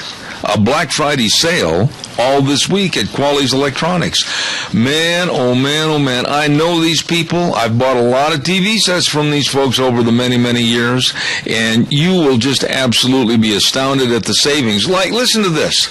You can save over $200 on a classic frame electric fireplace media console, now $399, save $200. Listen to this savings. A Samsung 75-inch inch. That's a big dude. Smart LED TV, now just $19.99, and you're saving over $800. Ooh, wow. You better get in there today. Quality's Electronics, 1730 Kimberly Road. Black Friday sale lasts all this week. You grab old Bruce and Steve by the arm, and they'll help you at Quality's Electronics in Twin Falls. Wow. A lot of savings going on there. Go ahead, caller. You're on the air. Yeah, good morning, Zeb. Yes, sir. It's Monty. Hello, Monty. Watching this deal that's happening back in Ferguson. My own family, my grandmother was full-blooded Native American. My grandfather was part. My mother was born on the reservation. And the older I get, the more appreciation and respect I have for my grandparents who are both gone. Neither one of them ever finished high school. They chose not to be victims. They left the reservation when my mom was 7 or 8 years old, moved to Chicago. My grandmother was full-blood. She was a person of color. And they instilled in the next 3 generations a desire and a need to go be educated and go to college. And out of the 12 individuals in the next 3 generations, they've all been to trade school, and all but one of us, trade school or college, and all but one of us have graduated. So I'd like to challenge other people, who consider themselves minorities. We're all Americans first. Put an emphasis on an education and a good work ethic and quit being victims, and that's what's happening in Ferguson, Missouri. Those people choose to continue to be victims, and it all starts at home. The government can't fix it. We need to fix it within our own family. You know something, Marty? If you were right here in the studio right now, I would shake your hand and give you a slap on the shoulder and said that was as eloquent and as right on a speech as I've ever heard through this whole mess. You do not have to be a victim in your environment. And I'm sick and tired of hearing these crybabies say, well, that's the way they're born and raised up. No, I've talked to many people that have pulled themselves up by their own bootstraps, like your family and others, and have not only changed their environment, they've bettered their environment. And that's what it's all about, personal pride and personal perseverance to be better. Like I said, my mother, we're over half. I'm on the rolls through Prairie Bend, Potawatomi out of Kansas. I haven't lived on the reservation. I don't ask for anything from the government. I just ask for an opportunity to go hopefully succeed and possibly fail. And I don't expect the government to come in and take it. I've never, ever, once in my life used Indian Health Services because, by God, it's not Zeb Bell's responsibility to take care of Monty. It's Monty's responsibility. Monty, and we need to encourage other people to do that. Let me ask you a quick question. We've been discussing this morning about this absolute destitute and absolutely gutter attitude by Al Sharpton and others that they want a new strategy of how their minorities are treated by law enforcement. And I made the comment first hour that we can't put our police in the atmosphere of having to color code how they treat criminals. What are your thoughts on that? Well, Zeb, a criminal is a criminal is a criminal, isn't it? That's right. That's right. That's right. Thank you for your time. Appreciate what you do, and have a happy Thanksgiving. And I don't care if you're Hispanic, you're Asian, Native American, Black. Go do the right thing, instill in your children a sense of pride, and give them an opportunity, and demand that they take that opportunity that you may never have had. Wow. That's what my grandparents did. Thank you. Thank you. I don't know about y'all out there in Radio Land, but when I listen to that kind of verbiage, and I listen to that kind of a commitment, and I know this man, and he speaks from the heart, believe me, it's refreshing. It's very refreshing. There is a right, there is a wrong. There is a black, there is a white. And it was so refreshing to hear him say that. Thank you, Monty, and God bless you, and happy Thanksgiving. Caller, let me see if I got to do a commercial here real quick. I tell you what, caller, stay on the line. I've got to get Michael Rogers Weather in here real fast, and I'll be right with you. Don't go away. Michael Rogers Weather right now. Hello, everyone. Michael Rogers for Zeb the Ranch, and happy Thanksgiving. You got a nice one working your way when you get to tomorrow. You're going to see temperatures basically in the sun and cloud, partly to mostly sunny mode as you work your way toward the weekend. Put the cloud up and got some rain possible in the forecast right now. A slight chance of rain as you go all the way through the weekend. Temperatures will be mainly in the mid-50s, overnight lows be in 20s. Happy Thanksgiving. See you on Monday. Enjoy the weather. It's the only weather you got. There you go. Michael Rogers weather right here on Zeb at the Ranch. Caller, go ahead, please. You're on the air. Morning, Jeff. Yes, sir. I just wanted to make the comment that a man is a man until they prove themselves otherwise. All up. In other words, you behave yourself like a human being and you respect other people like they respect you. Until then, you're that until you start to destroy things or lie or steal or cheat, and then you start to degrade yourself. That's just my thought on this whole thing. It doesn't come down to color. It doesn't come down to race. It doesn't come back to nothing other than you're a man and I'm a man, and then from there on it goes from where it goes. Absolutely. And Riley, to you and yours, happy Thanksgiving. Thank you so much. Thank you, sir. What would have happened if all of a sudden the news cameras, whether it was Fox or CNN or ABC, NBC, CBS, doesn't make any difference. But let's just say that all of a sudden the news cameras were panning the various street corners with the different mob scenes and everything, and all of a sudden, whoa, stop! Whoa, what's going on here? There stood a person and said, this is enough. We are denigrating and destroying our community. We are denigrating and destroying our race. Let's all stand here for the next 30 minutes and hear ideas and thoughts as to how we can better our community, how we can better serve our race, how we can better serve our youth, and create and instill a feeling of you can be successful and do something positive. But no, it wasn't like that. It was the stepfather of Michael Brown standing up on a podium and saying, let's burn this town down. That's not going to help anything, anybody, or any group. And then to bring in looters and burners and absolute malcontents that want to do nothing but destroy society, bringing them in the busloads to have them absolutely tear apart Ferguson, Missouri, and other locations. What good did it do? Except turn people like me and you and others against them and cause a bigger divide. Why can't somebody, whether it's the clergy, whether it's part of the city council, or somebody stand up and say, wait a minute, let's learn from this so that it doesn't happen again. Let's learn from this mess and try to create a positive out of it. Oh, no, we can't do that. It's too easy to pick up a baseball bat and smash and burn a business. Sick. Absolutely sick. We're a day early on this, but we have to because we're not going to be on the air tomorrow.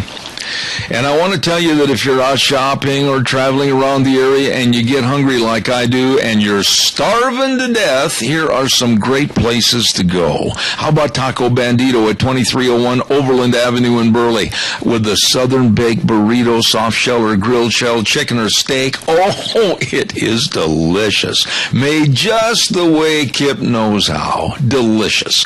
And then top it off with the pumpkin empanada.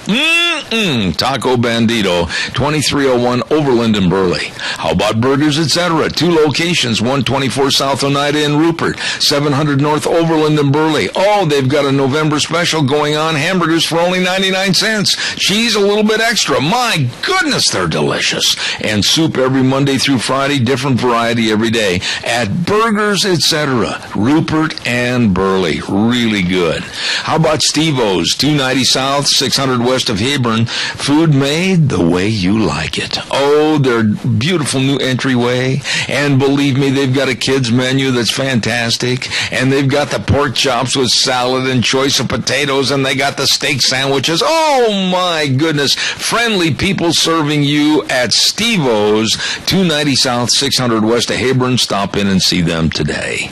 Let's go over to Duck Uglies. Oh, yeah. 163 West Highway 30 in Burley, right next to Berry Equipment and Rental. Oh, the ribeye steak steak. I love that with that baked potato. Man, New York steak and all the sandwiches. Duck Ugly's is kid and family friendly in a non-smoking environment. You're gonna love it. And they got entertainment over there up on the stage. Yes, sir. Duck Ugly's, Highway 30 in Burley. And last but not least, when you're hungry and starving to death, don't forget the AC Drive-In, 601 East Main in Burley. Oh my goodness, with the famous Farmer Brown burgers and the fries and the special fry sauce and any choice of milkshake that you can think of. They can make it. Oh my goodness. And how about the 3-piece fish and chips with small fry, only $7 1/4? You're going to love the people and the food at the AC Drive-In, 601 East Main in Burley. And those are just a few places to go when you're hungry and starving to death. Right, starving to death, lady? And I am, you know it. You know, I really do think for Christmas I'm going to get you a stocking stuffer, but it's going to have to be in a serrated book that are coupons to go eat at all these places, because I've never seen anybody so doggone hungry in my life. I'm always hungry, too. Okay. I'm starving right now, man. I am starving. I understand, and I'm on that cardboard food diet, and it's killing me. Well, are you going to break it for Thanksgiving? Do I walk on crutches? Yes, you do. Okay. There you go. I've got to run to the news. That's completely false. I'll try, but I'll be back in 6. See you then. Looking good, feeling good. There we go. Good morning. I'm Zeb Bell, Zeb at the Ranch, with our major sponsor, your Magic Valley Les Schwab Tire Centers, all 7 locations, along with some of our great advertisers, Lee's Furniture, Floors, and More at 459 Overland in Burley, and our friends at Western Waste Services, always at your disposal. Get on the route service, get rid of your garbage. Call them at 734-6969. Real quick, before we get our guest on the program, don't forget the Chadwick Sports Grill, 139 West Main in Burley. Today's special, ooh, this sounds good. Chipotle lime sauce on a 6-ounce top sirloin steak with veggies and choice of potatoes, super salad. What a way to start Thanksgiving weekend. I love that. Chipotle lime sauce on a 6-ounce top sirloin steak. I'm coming. Chadwick Sports Grill. Going to be good. Always is. Great people. Super menu. 139 West Main in Burley. Wow, that sounds good. Also, I want to remind you about the bookstore over in Rupert at 515 5th Street in Rupert. My goodness sakes, the day after Thanksgiving sale from 5 to 8:30. Then they'll be closed during the fireworks. Oh my goodness. Jewelry is 30% off. Artwork 30% off. Home decor 30% off. Oh my goodness. Books 5% off. All of this, you better plan on being there Friday night. You better be there 5 to 8:30 at the bookstore on the square. Rupert, 515 5th Street in Rupert, waiting for you. Right now, let's go to the phone lines. And a young lady on my program that I haven't had a chance to visit with for quite some time with Americans for Prosperity. She's the Federal Affairs Manager. And if memory serves me correctly, she is going to be preparing her first turkey for Thanksgiving, being married about a year. And that's Christine Harbin Hansen, right? Always good to be with you, Zeb. How are you? You're avoiding the issue. Are you making your first turkey? My husband made his first turkey. Uh-oh. What happened? And it turned out very well. So looking very forward to spending some more time with friends and family this weekend. I hope you do too. Oh, we will. And thank you very much, and God's blessings to you and yours. Christine, as you know from being on the program in the past many times, I am not a fan of wind energy. I'd like to see all the funding for wind energy cut. I'd like to see all those absolute cancers on the landscape taken down. What's going on with wind energy and more subsidies? Well, even though the wind energy tax credit expired last year, we're still paying it out, and Congress, during lame duck session, is poised to extend it yet again. Actually, as of yesterday, it sounds like a PTC extension made it into a tax extender legislation. So this is bad news for limited government conservatives like you and me, and that's why Americans for Prosperity has been spending a lot of time and resources lately telling Congress to stand up to the wind energy industry. Christine, what's the problem here? I mean, most Americans do not want wind and solar energy. They do not believe in climate change, and now news stories are coming out every day that there is no such thing as man-made climate control. As a matter of fact, we're going into a cooling trend, a severe cooling trend. Why won't they listen to us? Yeah, it's interesting, especially when you look at polling, exit polls following the election, or having conversations with Americans for Prosperity activists. What they're really worried about is issues like health care. They see that their health care premiums are going up.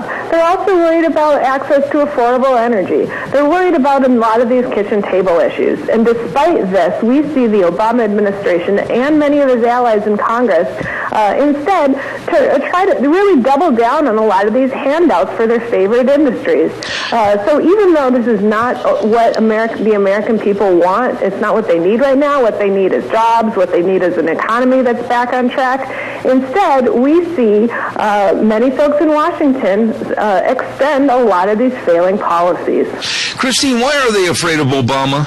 Really, why? I know that's kind of an ambiguous question, but why are people so afraid of Obama? Why won't they stand up to him and say, wait a minute, we're not going to give you all these millions. We're not going to supply ever more money for creating more of these wind towers when it's not at all cost effective. Why won't they stand up to this man?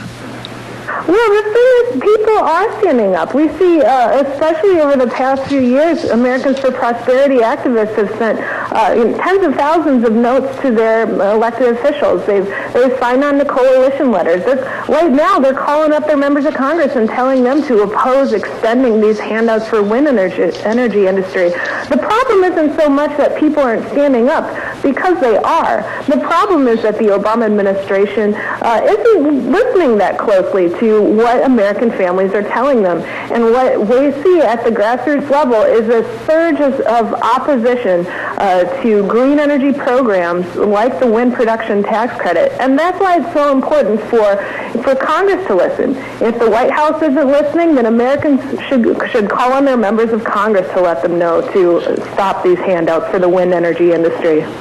Christine, how much power does Obama have on his own with this situation with the wind energy and energy in general? I mean, can this man basically use dictatorial powers like he has with Obamacare and immigration, etc.? Is that what it's coming to? Well, although I doubt we're going to see an executive order that would extend the wind production tax credit, that certainly would be something that I'm sure that the president would support. The difficulty with this situation is that although the wind production tax credit is in the mix, there's a lot of other expired tax credits that are also under consideration right now. The problem is that all of these are rolled together into one massive piece of legislation known inside the Beltway as tax extender legislation. The problem is, since they're all rolled together, there's something in there for everybody. There's a lot of industries there who are getting their handout, and that's why it's so difficult to make reforms to this. I think we're going to certainly see some movement before the end of the year. The problem is that we're in lame duck session right now, so many members of Congress don't think that people are watching, even though they are. Okay, you said we're in a lame duck position right now, which we are until the first of the year, but what about the signing of these monies to go for the wind industry? Is there any revocation on this after the first of the year or not? Well, what Congress should do is they should delay all major decision-making until the first of the year. Absolutely. What we've been calling on Congress to do is just do nothing. Do what it does best and do as little as possible and push all these major decisions to the 114th Congress when people who are facing future elections can make these decisions. So it's really important right now that retiring and outgoing members of Congress aren't making major decisions, especially related to the wind production tax credit.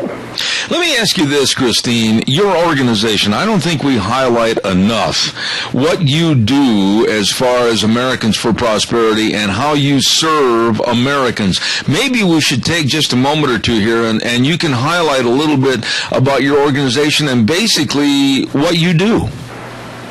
Definitely. Thank you, Zeb. So Americans for Prosperity is the nation's largest free market grassroots organization. And we have chapters in 34 states right now throughout the country. And we have state directors who work very closely with folks in their state house and also with Americans for Prosperity activists. We have over 2.5 million activists living in all 50 states. And what our organization does is we focus on issues of economic freedom. And what that is, it's free market policies that promote Americans' access to better, more affordable health care, smaller, less obtrusive government, cutting back red tape. These are all kitchen table issues, and that's something that we work on every day. And we deliver that message to Congress as well, calling on our federal lawmakers to support policies about economic freedom. You know, I would imagine, Christine, and you've been on this program at least a half a dozen times in the past, that you, like me, were absolutely raised your eyebrows when you heard Democrat Chuck Schumer come out and condemn Obamacare. Well, what we see right now is, the law has been the implementation for Obamacare has been so botched. It's been going over the past 5-6 years now. The law was rammed through Congress. On Christmas Eve, they were holding votes when very few people were watching. And then effectively, whole parts of the law have had to be rewritten by federal agencies because really they weren't ready for prime time. And then what we see are healthcare. The cost of healthcare is rising, even though the president said that this would bring down costs. He also said what was dubbed the lie of the year, that if we like our healthcare plan, we could keep it.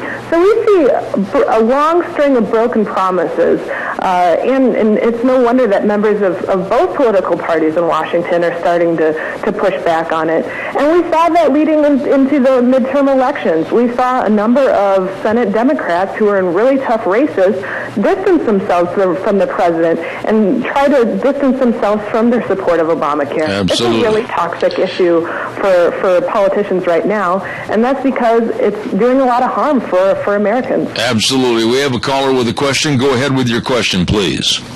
Okay, I don't know if this would pertain to you or not, but I got a phone call yesterday from oil company encouraging me to call Senator Risch to get on this pipeline, through the country, through the United States, from Canada to the Gulf Coast. The Keystone, yes. And I'm probably one of the few people that are against that, and I'll tell you the reason.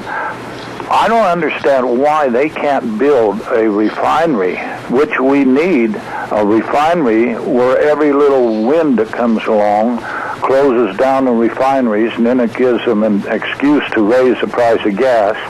We have tornadoes going through there like it's a main chute for them.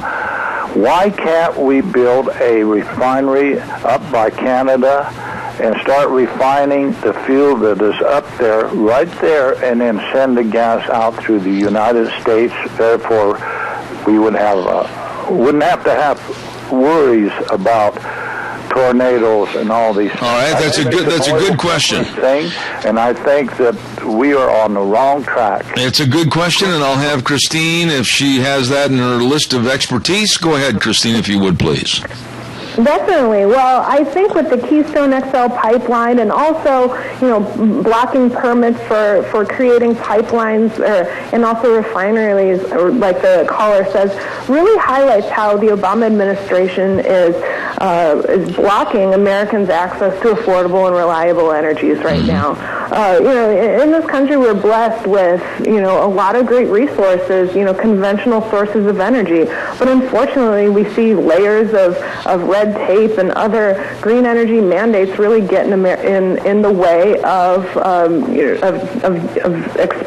using these, and also sending these abroad so we can, promote our energy independence and also send these resources abroad as well. I think the gentleman... What we really need to do, the Keystone Pipeline is one part of, and it's important for job creation, right. But it's really only one part of what we need, which is comprehensive reform of our energy policies. And so that's something that my organization, Americans for Prosperity, is working on, and that's something that hopefully a conservative Congress would be willing to work with us on as well. And the gentleman does bring up an interesting and challenging point, though, that we haven't had a new refinery built in this country for almost, 45, 46 years, and one up there, if you will, on our northern border that would be amenable and acceptable to bringing in the tar sands from Canada and processing it through a refinery right up in that part of the country would be absolutely fantastic. Why isn't somebody pushing that, and why aren't they holding the government's feet to the fire over an idea that would help lower energy costs all across the nation? Definitely. Well, as I mentioned, there's a number of policies and permitting processes that the Obama administration requires, and they're slow in approving these because it doesn't help their favored industries. Instead, what we see is handouts like the wind production tax credit that will encourage a higher number of wind farms. Like I was driving earlier today, and I was driving through the country, and I saw a number of wind farms on the horizon. That's because the Obama administration is propping them up, and they've done so for 20 years. But despite this long time, despite all of this subsidy, the wind energy industry still remains woefully dependent on it. And so that's why it's really important that we pursue comprehensive energy reforms in the next year. Christine, do you have a handle on the amount of money in kind of a bulk figure that has been given to the wind energy people to further their absolutely ridiculous program? I mean, how many billions of dollars would it be if we passed out of taxpayer money towards a program that's just not feasible? Well, for one case in point, extending the wind production tax credit for one more year, which is currently being considered in Congress, extending it for 1 year would cost $13 billion. Billion with a B over the next decade. $13 billion? So historically, but when the tax credit was first first went into effect, historically, the U.S. spent about an average of $5 billion per year on the tax credit, but that has increased dramatically since the start of the Obama administration. There's been a number of changes as well, because not only have they extended the wind production tax credit, they've also expanded the definition of eligibility, which means that more people can qualify it, and we're paying out even more. Oh, my goodness. Christine, I want to wish you and your husband and your family a very, very wonderful Thanksgiving. I hope you get everything you were looking forward to with the turkey and the dressing and the pecan and pumpkin pies. Have a wonderful day tomorrow. Thank you so much, Zeb. I hope you and your family have a great Thanksgiving as well. Come back and see us again, okay? Sounds good. All right. Thank you very much. Christine Harbin Hansen, and she is the Federal Affairs Manager for Americans for Prosperity. And if they go ahead with more money for the wind energy people, it's going to cost us another $13 billion with a B dollars over the next decade. Absolutely a frivolous and stupid waste of money. Caller, would you do me a favor and just hang tough for just a minute? I've got to get these commercials on real fast. I'll be right with you, I promise. Don't go away. I want to remind you every Thursday on our program we have a segment called School Days in Cassia County, and it's brought to you by A Child's World at 1308 Overland in Burley. And if you'll go into A Child's World and mention that you heard it on Zeb Bell's program, you'll receive 25% off any item. Oh, my! Check it out and save money and get the best of merchandise for you and your family at A Child's World, 1308 Overland in Burley. And don't forget Ambulatory Surgery Center. The end of the year is approaching, and if you've met your deductible, maybe now it's time to take care of yourself with that hand surgery you've been waiting for, colonoscopy, eye surgery. Well, you can save a lot of money right there at the Ambulatory Surgery Center, 1344 Highland Avenue in Burley. Number to call, 677-8888. Ambulatory Surgery Center and A Child's World, bringing you school days in Cassia County. Good morning, caller. You're on the air. Good morning, Jeff. Yes, sir. I've listened to some of this program, and that one comment from that one person, I know him, know of him, but so if they do build a refinery there, you still got to ship it through a pipeline or through the truck, so what's the difference? Why don't I just make one straight line? Yeah, I am in favor of the Keystone Pipeline. I am in favor of a more updated version of the pipeline system that runs through the central part of the United States. I am in favor of more allocation points for energy around the country that could help, whether it's the Midwest, whether it's the mountain states, whatever, as far as having energy that could reduce the cost of petroleum products at the pump. I think that we need to have a comprehensive look at not only refineries, but also the pipelines and how they're going to better serve this country, because we have an abundance of energy that's not being utilized by the American public thanks to the backward and regressive attitude of this president. Well, because I heard the other day that there's already the main pipelines in. This is the XL, which I guess means extra line. Yeah. That's connected onto that somewhere up next to the Canadian border. So, I mean, let's go ahead and build a pipeline. I think that the more we can do with energy right now, whether it's coal, whether it's petroleum products, fracking, natural gas, the better, and absolutely become totally energy independent, and we don't have to rely on anybody. And quite frankly, it's also going to help our export system also. Right. Have a happy Thanksgiving, everybody. Hey, Al, God bless you, man. Thanks. Thank you. Calls are welcome, and we still have time. 436-2244, 1-866-927-4587. Real quick reminder again, what's going on over at Quali's Electronics. I told you about the Black Friday sale that's going on all this week. Holy mackerel, you don't want to miss this. It's absolutely amazing. Listen to this, a Samsung 65-inch smart LED TV, $999, big 65-inch, save $300. Save $300. I'm not kidding. Listen to this one. A large 55-inch 4K Ultra HD LED TV. That's a mouthful. $12.99. You can save today at the Black Friday sale going on all this week at Quali's Electronics. Save $1,000. Oh my goodness. Get on in. Run in, drive in, whatever. 1730 Kimberly Road in Twin Falls. Quali's Electronics. I know these folks, Bruce and Steve, the whole crew. Quali's Electronics, save a lot of money on their Black Friday sale going on all this week. Okay, hold on just a second, everybody. I've got to get one more little item on in here this morning, and I want to also acknowledge Happy Thanksgiving wishes before we end this half hour from Western Waste in Twin Falls and Jerome, and they want to thank all their customers for their support and having a good year. They appreciate your business. Happy Thanksgiving from Western Waste Services, 734-6969, always at your disposal. Also, thanks from Dot Foods, 1541 West 27th Street in Burley. Hey, if you need a job and you want a job as a transfer driver, they are hiring. Great pay, great benefits, including medical and vision and dental. Hey, all kinds of items. Apply at driverfordot.com or give them a call, 678-6063. Dot Foods, wishing you and yours a happy Thanksgiving. And the Minnecasia Chamber of Commerce, 1177 7th Street in Heyburn, 679-4793, located right on the river over there in Heyburn. Wonderful people at the Visitor Center, all kinds of great gifts in their gift shop, unique gifts, specialty items. They are the best. Minnecasia Chamber of Commerce, wishing you and yours a very happy Thanksgiving. Right now, we're going to send it back over to our main studios, and we'll be back in about 3 minutes with more Zeb at the Ranch. Coming up next hour, we've got Jared Meyer with the Manhattan Institute. Stay tuned.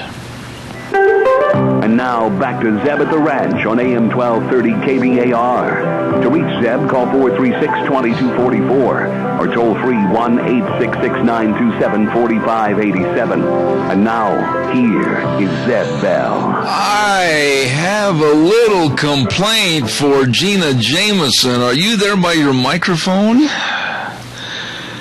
Did she leave?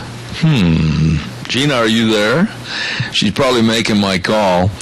I'm here. Normally, this wonderful lady that takes care of me always notifies me if we're going to have a very short announcement at the bottom of the hour, and you made me spin on a dime and gallop like Trigger back to the seat here this morning. Sorry about that. I've just been really busy. Woo! The carpet's still on fire. It's still smoking.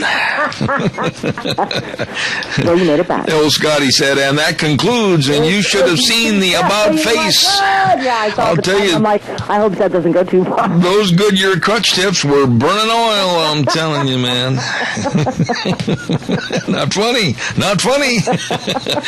Oh, hey, listen, we're going to have our guest on in just a moment. I want to remind you at Snyder's Surplus. Oh, my goodness. Brand new merchandise, brand new building, same great friendly service. You better believe it. Snyder's Surplus.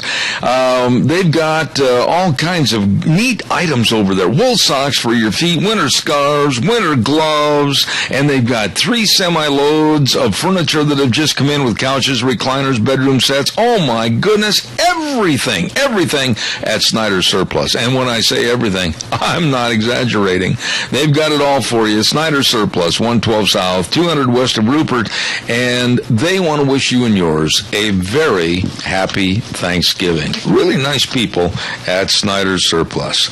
Oh, and by the way, too, real quick, before we go any further, I want to remind you that the Burley Area Merchants Association says, come on down, shop locally right there in Burley. They've got everything you could possibly want, and believe me, the money stays right here in our area and helps our local economy. And don't forget, too, that next Monday, put it on your calendar, the annual Burley Christmas Light Parade. Entries will gather at Dworshak School at 5:30, and the parade to Centennial Park starts at 6 p.m., and then Santa Claus is going to turn on the lights, and there's going to be free hot chocolate and donuts and cookies. Going to be fun, always is. BAMA, Burley Area Merchants Association, Christmas Light Parade next Monday. Let's go to the phones right now, and we have a young man with us that has been with us in the past, as a matter of fact. His name is Jared Meyer. Good morning, Jared. How you doing? Great. How are you doing today? Not too bad. Now, I want to ask you, Jared, and we'll take a little time here. You are with the Manhattan Institute. What does that mean? Well, the Manhattan Institute is a non-partisan, non-profit organization, and I work at their Economics 21 Center, which is D.C.-based, and we work on economic research and innovative public policy solutions to try to bring our government in line with our 21st century economy. Oh, now, wait a minute. You're asking too much, aren't you, Jared? Bringing our government into line? I mean, come on. How are you going to do that? Work to do. You know, I would imagine that sometimes in your job and your writings, and by the way, you're a very good writer, you probably just sit back and scratch your head and say, we can't beat these guys. Yeah, there's certain things, but then you get little glimmers of hope somewhere, and I mean, who knows? I know last time we were on, we were talking about what could happen with the new Congress, and there might be some areas where I see we can make some progress. I know you're not fully on board yet because you've seen this happen so many times in the past, where they get your hopes up, then disappoint, but who knows, we might get some positive movement this time. Well, you know, Jared, you bring up a really good point. I think I am jaded with the kind of an attitude from both parties. Once they assume power and they kind of sit back and rest on their laurels. Are you, when you study this, are you seeing anything different this time with the win that the Republicans had and what they might be able to do? Are you seeing anything different? I do see some areas of bipartisan agreement. I mean, clearly the economy now is the major issue, and both parties are starting to realize that. We've had enough over the last 6 years, and even before that, of policies that stand in the way of economic growth rather than working with it. So I think both parties are going to work together on some common sense issues. And in one other area, which I wanted to talk about a little today, is civil asset forfeiture reform, which is something that everyone across the political spectrum is outraged about. Okay, now, that being said, Jared, how many people really understand what you're talking about when you say civil asset forfeiture and reform? I mean, explain it to my audience and go from A to Z and really be explanatory, would you please? Yeah, no, I would love to do that because this is an area that's flown under the radar for a while because most Americans just can't believe this happens here. Civil asset forfeiture is something that would happen in Venezuela or with the mafia. You wouldn't think with the U.S. government. So as some quick background, in civil asset forfeiture, the government can take your property from you without ever even accusing you of a crime, much less finding you guilty. Okay, now, when you say that, and I'm going to interrupt you occasionally, how? I mean, they can accuse me of a crime, but I haven't been found guilty and there hasn't been any charges or anything, and they can take my property. Be more explanatory. Go ahead and tell us more. So let's say you're driving down the road and you might be heading over to, Montana or something. A Montana state trooper sees your Idaho state plate and they pull you over. And they'll say, do you have any large sums of cash in the car? And let's say you were going to buy a car from a friend over across the state line. Right. Yeah, you've got, about $8,000. Well, the cop can say that after his investigation, he's been convinced that you have no other need for that $8,000 except for to buy drugs or engage in other illegal activity. Even if you can show him things such as a Craigslist ad that you're going to pick up this car or call your friend. The burden of proof is on you to find your property innocent. So what the cop does is take your money and let you go on your way. You haven't been charged with a crime, you're not guilty of any crime, but they're going to hold your assets, in this case, $8,000 of your money, until you can fight to prove that that property is innocent. Wait a minute. This is an assumption of guilt, and they can confiscate your property. Oh, Shirley, come on, Jared. That doesn't happen in America, does it? Oh, this does happen. To the tune of over $4 billion in 2012 was taken. American property being taken before they were even charged with a crime, much less found guilty. I mean, I'm with you. We need to restore the strong American principle of innocent until proven guilty. Well, now, wait, whoa. I mean, assumption of guilt. Okay, I'm driving down the road, and I'm a 67-year-old gray-haired guy. I got a gray mustache.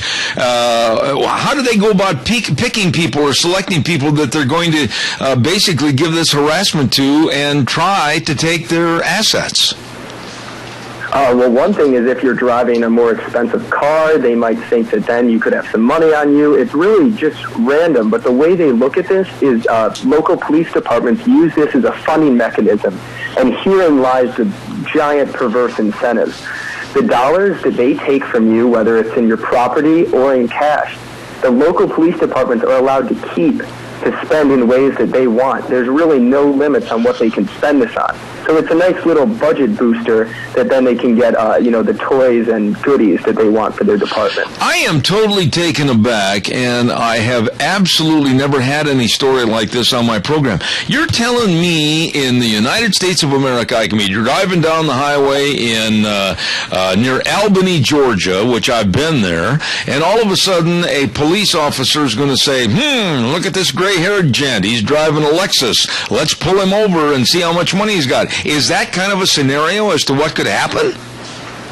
Yes, that's exactly what happens. I know there's one story, I cannot remember the gentleman's name, but he was driving from Michigan to California. He was starting a new life out there, going for a new job, and his father gave him a few $1,000s to start his life. And he was pulled over in one of the states in between, and the police officer decided that after concluding his investigation, there was no other reason he would be driving across country except for to buy drugs. So he took his money.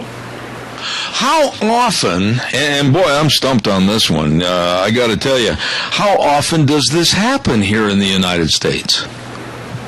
Well, over the last decade, we've had about 62,000 cases of just cash being taken alone. And cash isn't where the most value is. That's with homes or cars being taken. But, I mean, this happens on a major scale. This isn't something that, only happens 10, 20 times a year, but it would still be unexcusable on that level. This is a wide-scale, built-in, endemic problem where local police departments are relying on stealing from citizens to fund their operations. How do we find out about this law, and how can I find out more to put together another segment on these laws? I mean, is this a uniform code that is accepted at police and sheriff's departments all across the country? Tell me that. So there are some states and localities that have taken the lead on combating this issue, but there's one problem. Because of our growing federal government, the federal law supersedes the state law. So let's say your state passes a common sense reform saying that someone needs to at least be, charged with a crime before you can take it, or that you have to be found guilty. Well, what the police departments can do, the local ones, to get around their state authorities, is send the money to the Department of Justice. The Department of Justice takes its cut, about 20%. Then they send the rest of the money back to the local police. Man, I don't even know what to say here. I'm stumped. Do most people, most Americans, understand and realize that this is on the books and legally police can do this? I think most don't. I mean, even until recently, maybe a year and a half ago, I wasn't aware of the extent of this either. And I work in policy. It's something that has just been able to grow and expand. Because the program started with something that makes sense. It was a way to cripple terrorist funding networks and to cripple large drug cartels by taking away the money before they can transfer it to the rest of their system. But now it's grown from that to a near ubiquitous police funding tool that attacks innocent Americans and steals from them without ever charging them of a crime. Well, Jared, the one area I would suggest, if you want to learn more, is the Institute for Justice, which is a nonprofit law firm that defends people who have their economic liberty violated. Yeah. They've been doing great work on this for a long time, and they released a report called Policing for Profit, which is really the way it should be looked at now, civil asset forfeiture, where people are having their money taken so that the police department can make a profit. Now, again, I hate to be vague on this, Jared, and I really respect you coming on the air and talking about this, but you really don't have to be accused of a crime or have your mugshot on a wanted poster or anything. Basically, they can pick and choose who they want to try to pull over and maybe even take their property. Is that really the truth? Yeah, this would be a great time to do a little clarification between criminal forfeiture, which is where you were found guilty of a crime, and obviously then people shouldn't be able to keep the fruits of their crime. If you stole someone's car, when you get found guilty, you should have to give it back. But civil forfeiture in civil cases versus criminal, there's a lower standard, and it's only a preponderance of evidence, which police pretty much can have any suspicion, and they can justify this in any way they want, that in carrying large sums of cash counts as enough suspicion to take it. Okay, now what about... Give a more concrete case. In Philadelphia, a young man was, he sold about $40 worth of heroin outside his parents' house, which is a crime. He broke the law there. But the police took his parents' house and charged the house with a crime. And because property doesn't have rights like we do, they were able to get around our constitutional protections by charging the property, not individuals, with a crime. It was kind of an evil, genius workaround of the Constitution. Okay, but in that case, there was a crime, per se, committed by the young man of selling heroin. But what about the poor elderly couple that's driving through Mississippi, and they've got maybe $1,000 or so in cash? They're on kind of a trip to go to Disney World in Florida, and they get pulled over for being 5 miles over the speed limit. Could the same thing happen to them? Yes, the same thing could, and they could try to go fight their case in court. It would be a civil court, though. They wouldn't get a public defender. They wouldn't get any aid from the state because this is a civil case, not criminal. And it wouldn't make sense for them to then drive back down, spend thousands of dollars on lawyers just to get their $1,000 back. So the police realize that when they're pulling over fully innocent people like the couple you just described, it doesn't make economic sense for these people to fight back to uphold their rights, because they'll actually lose money by fighting back to get, $1,000 to $10,000 back. Are there any people in the House or the Senate that are wise to this and are trying to do anything to introduce bills to stop this? Yes, Kentucky Senator Rand Paul has what he calls the FAIR Act, which is the Fifth Amendment Integrity Restoration Act. And what it's going to do is increase the standards from the preponderance of evidence to clear and convincing evidence. The cops have to be able to tell that you're using this property in a crime. And the best part about this act is it stops letting local police departments take all the profits from stealing from people.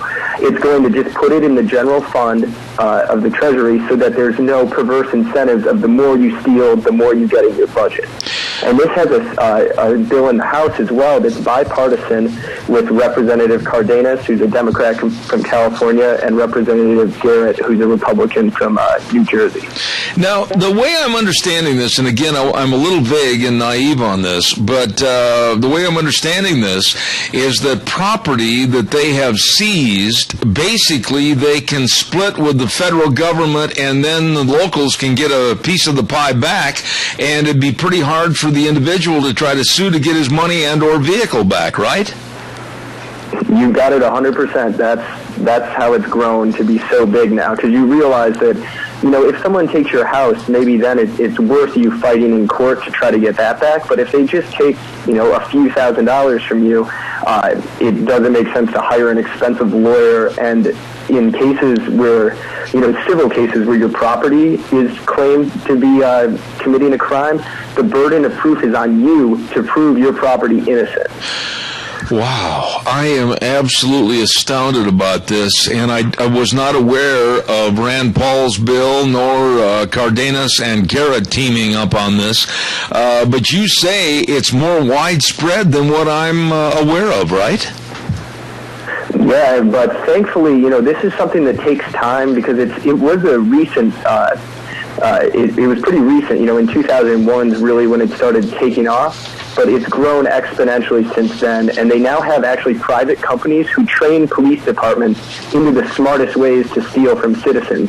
They say don't take a mobile phone because everyone's already got one of those. Yeah. Instead, take fancy cars, take houses, cash is king, take that.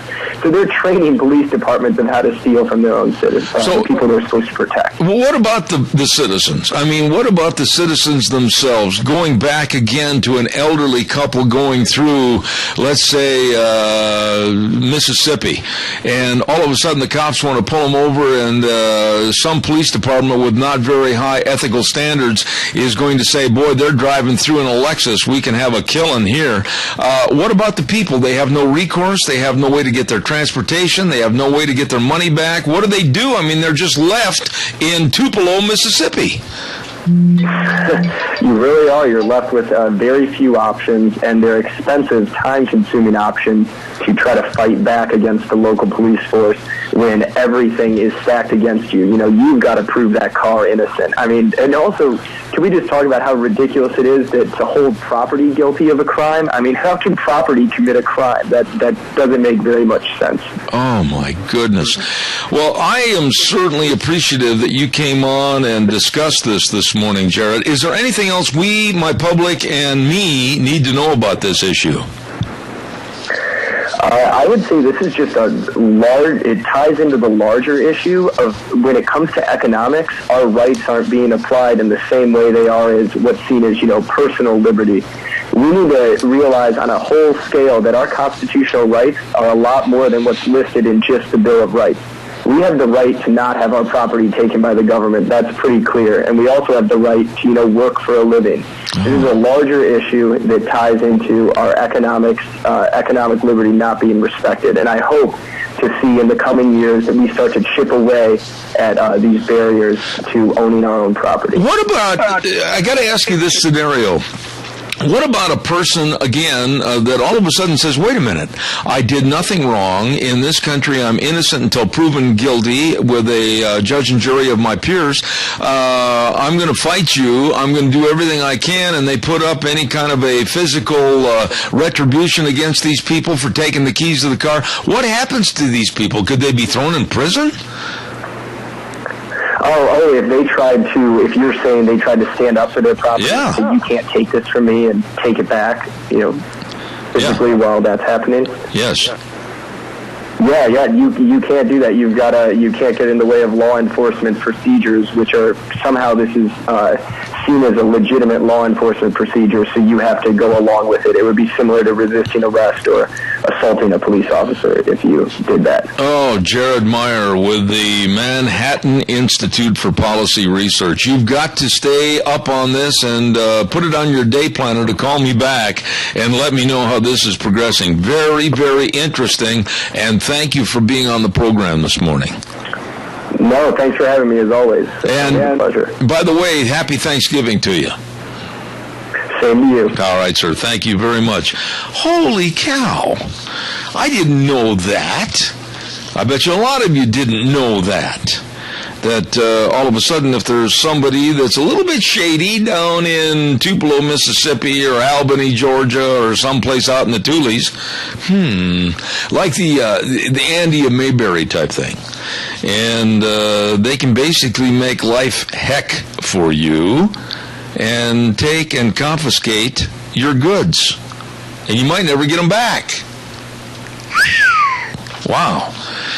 I got to meditate on that one. Hey, it's time for the weather, and the weather is brought to you this hour by Scarrows Meats, 331 North Road, Jerome, and they guarantee everything they sell. Boy, if you haven't got your smoked ham for tomorrow or smoked turkey, you better hurry and give them a call at 324-7657. Scarrows Meats, 331 North Road, Jerome. They sell taste one bite at a time. Here now, Michael Rogers weather. Hello, everyone. Michael Rogers for Seventh Ranch, and happy Thanksgiving. You got a nice one working your way when you get to tomorrow. You're going to see temperatures basically in the sun and cloud, partly to mostly sunny mode. And as you work your way toward the weekend, put the cloud up and got some rain possible in the forecast right now. A slight chance of rain as you go all the way through the weekend. Temperatures will be mainly in the mid to 50s, overnight lows will be in 20s. Happy Thanksgiving. See you on Monday. Enjoy the weather. It's the only weather you got. Thank you, Michael. Appreciate that. Scarrows Meats. Don Scarrow and the rest of the crew. Everything they sell is guaranteed delicious. And that's Scarrows Meats, 331 North Road, Jerome, 324-7657, selling taste one bite at a time. That was interesting. And I'm going to do some follow-up with Jared Meyer and the Manhattan Institute and see what else they have to say. Calls are welcome, 436-2244, 1-866-927-4587 in the time remaining. I also want to acknowledge that for your wintertime driving, do not forget to stop in to any one of the 7 Magic Valley Les Schwab Tire Centers.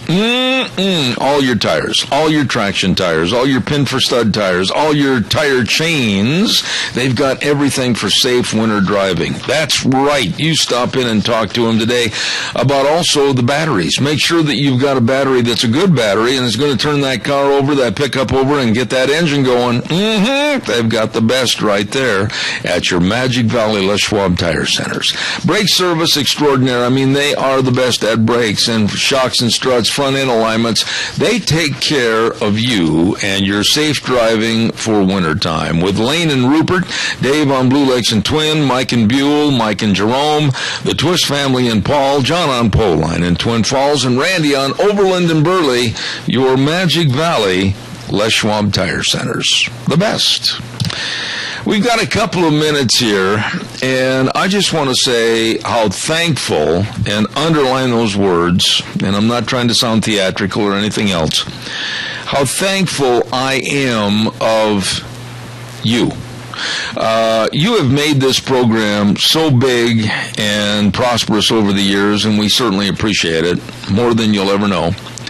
and the audience, the friendships that I have from this program, and the sponsorships and all the good things that have happened through this program are memories that I'll never, ever forget, and I'm very, very thankful. That's going to be part of my Thanksgiving prayer tomorrow.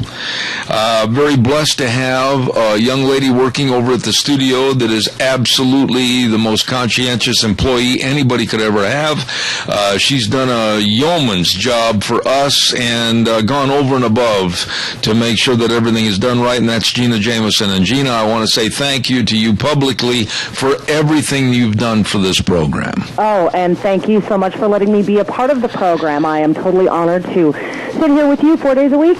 And there's another lady, too, besides Gina, that I have to give a lot of kudos and credence to for everything she's done, and that's my lovely bride. She is behind the scenes right here at the office and does so much, and I thank her for everything. So, Gina, Deanne, all of our listeners, everything, we appreciate it, and there's so many more people connected to this program, and I certainly hope that tomorrow everybody can sit down and bow your heads and take just a little time to say thanks for the real important things in life that you have. Don't be like, I want this and I want that. We all want something, but be thankful for what you have. And when you really start thinking about it, and I'm sure Gina would agree with me, we have many more blessings than what we're aware of.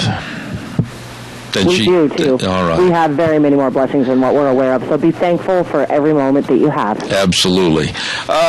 We are going to leave a minute early, if you don't mind, Gina. Maybe have you got anything that's kind of a Thanksgiving song or anything like that? I've been sitting here looking for something Thanksgiving-ish, and I really don't have any sort of Thanksgiving song. I just have all my Christmas songs. How about you know what? That's not a bad thing to have, because we're in the spirit of the season and the blessings of Thanksgiving, and we're going to also be going right into Christmas. So I want to say to you, happy Thanksgiving. Happy Thanksgiving to everybody. God bless. Have a wonderful, safe weekend. We'll see you back here on Monday. God blessings.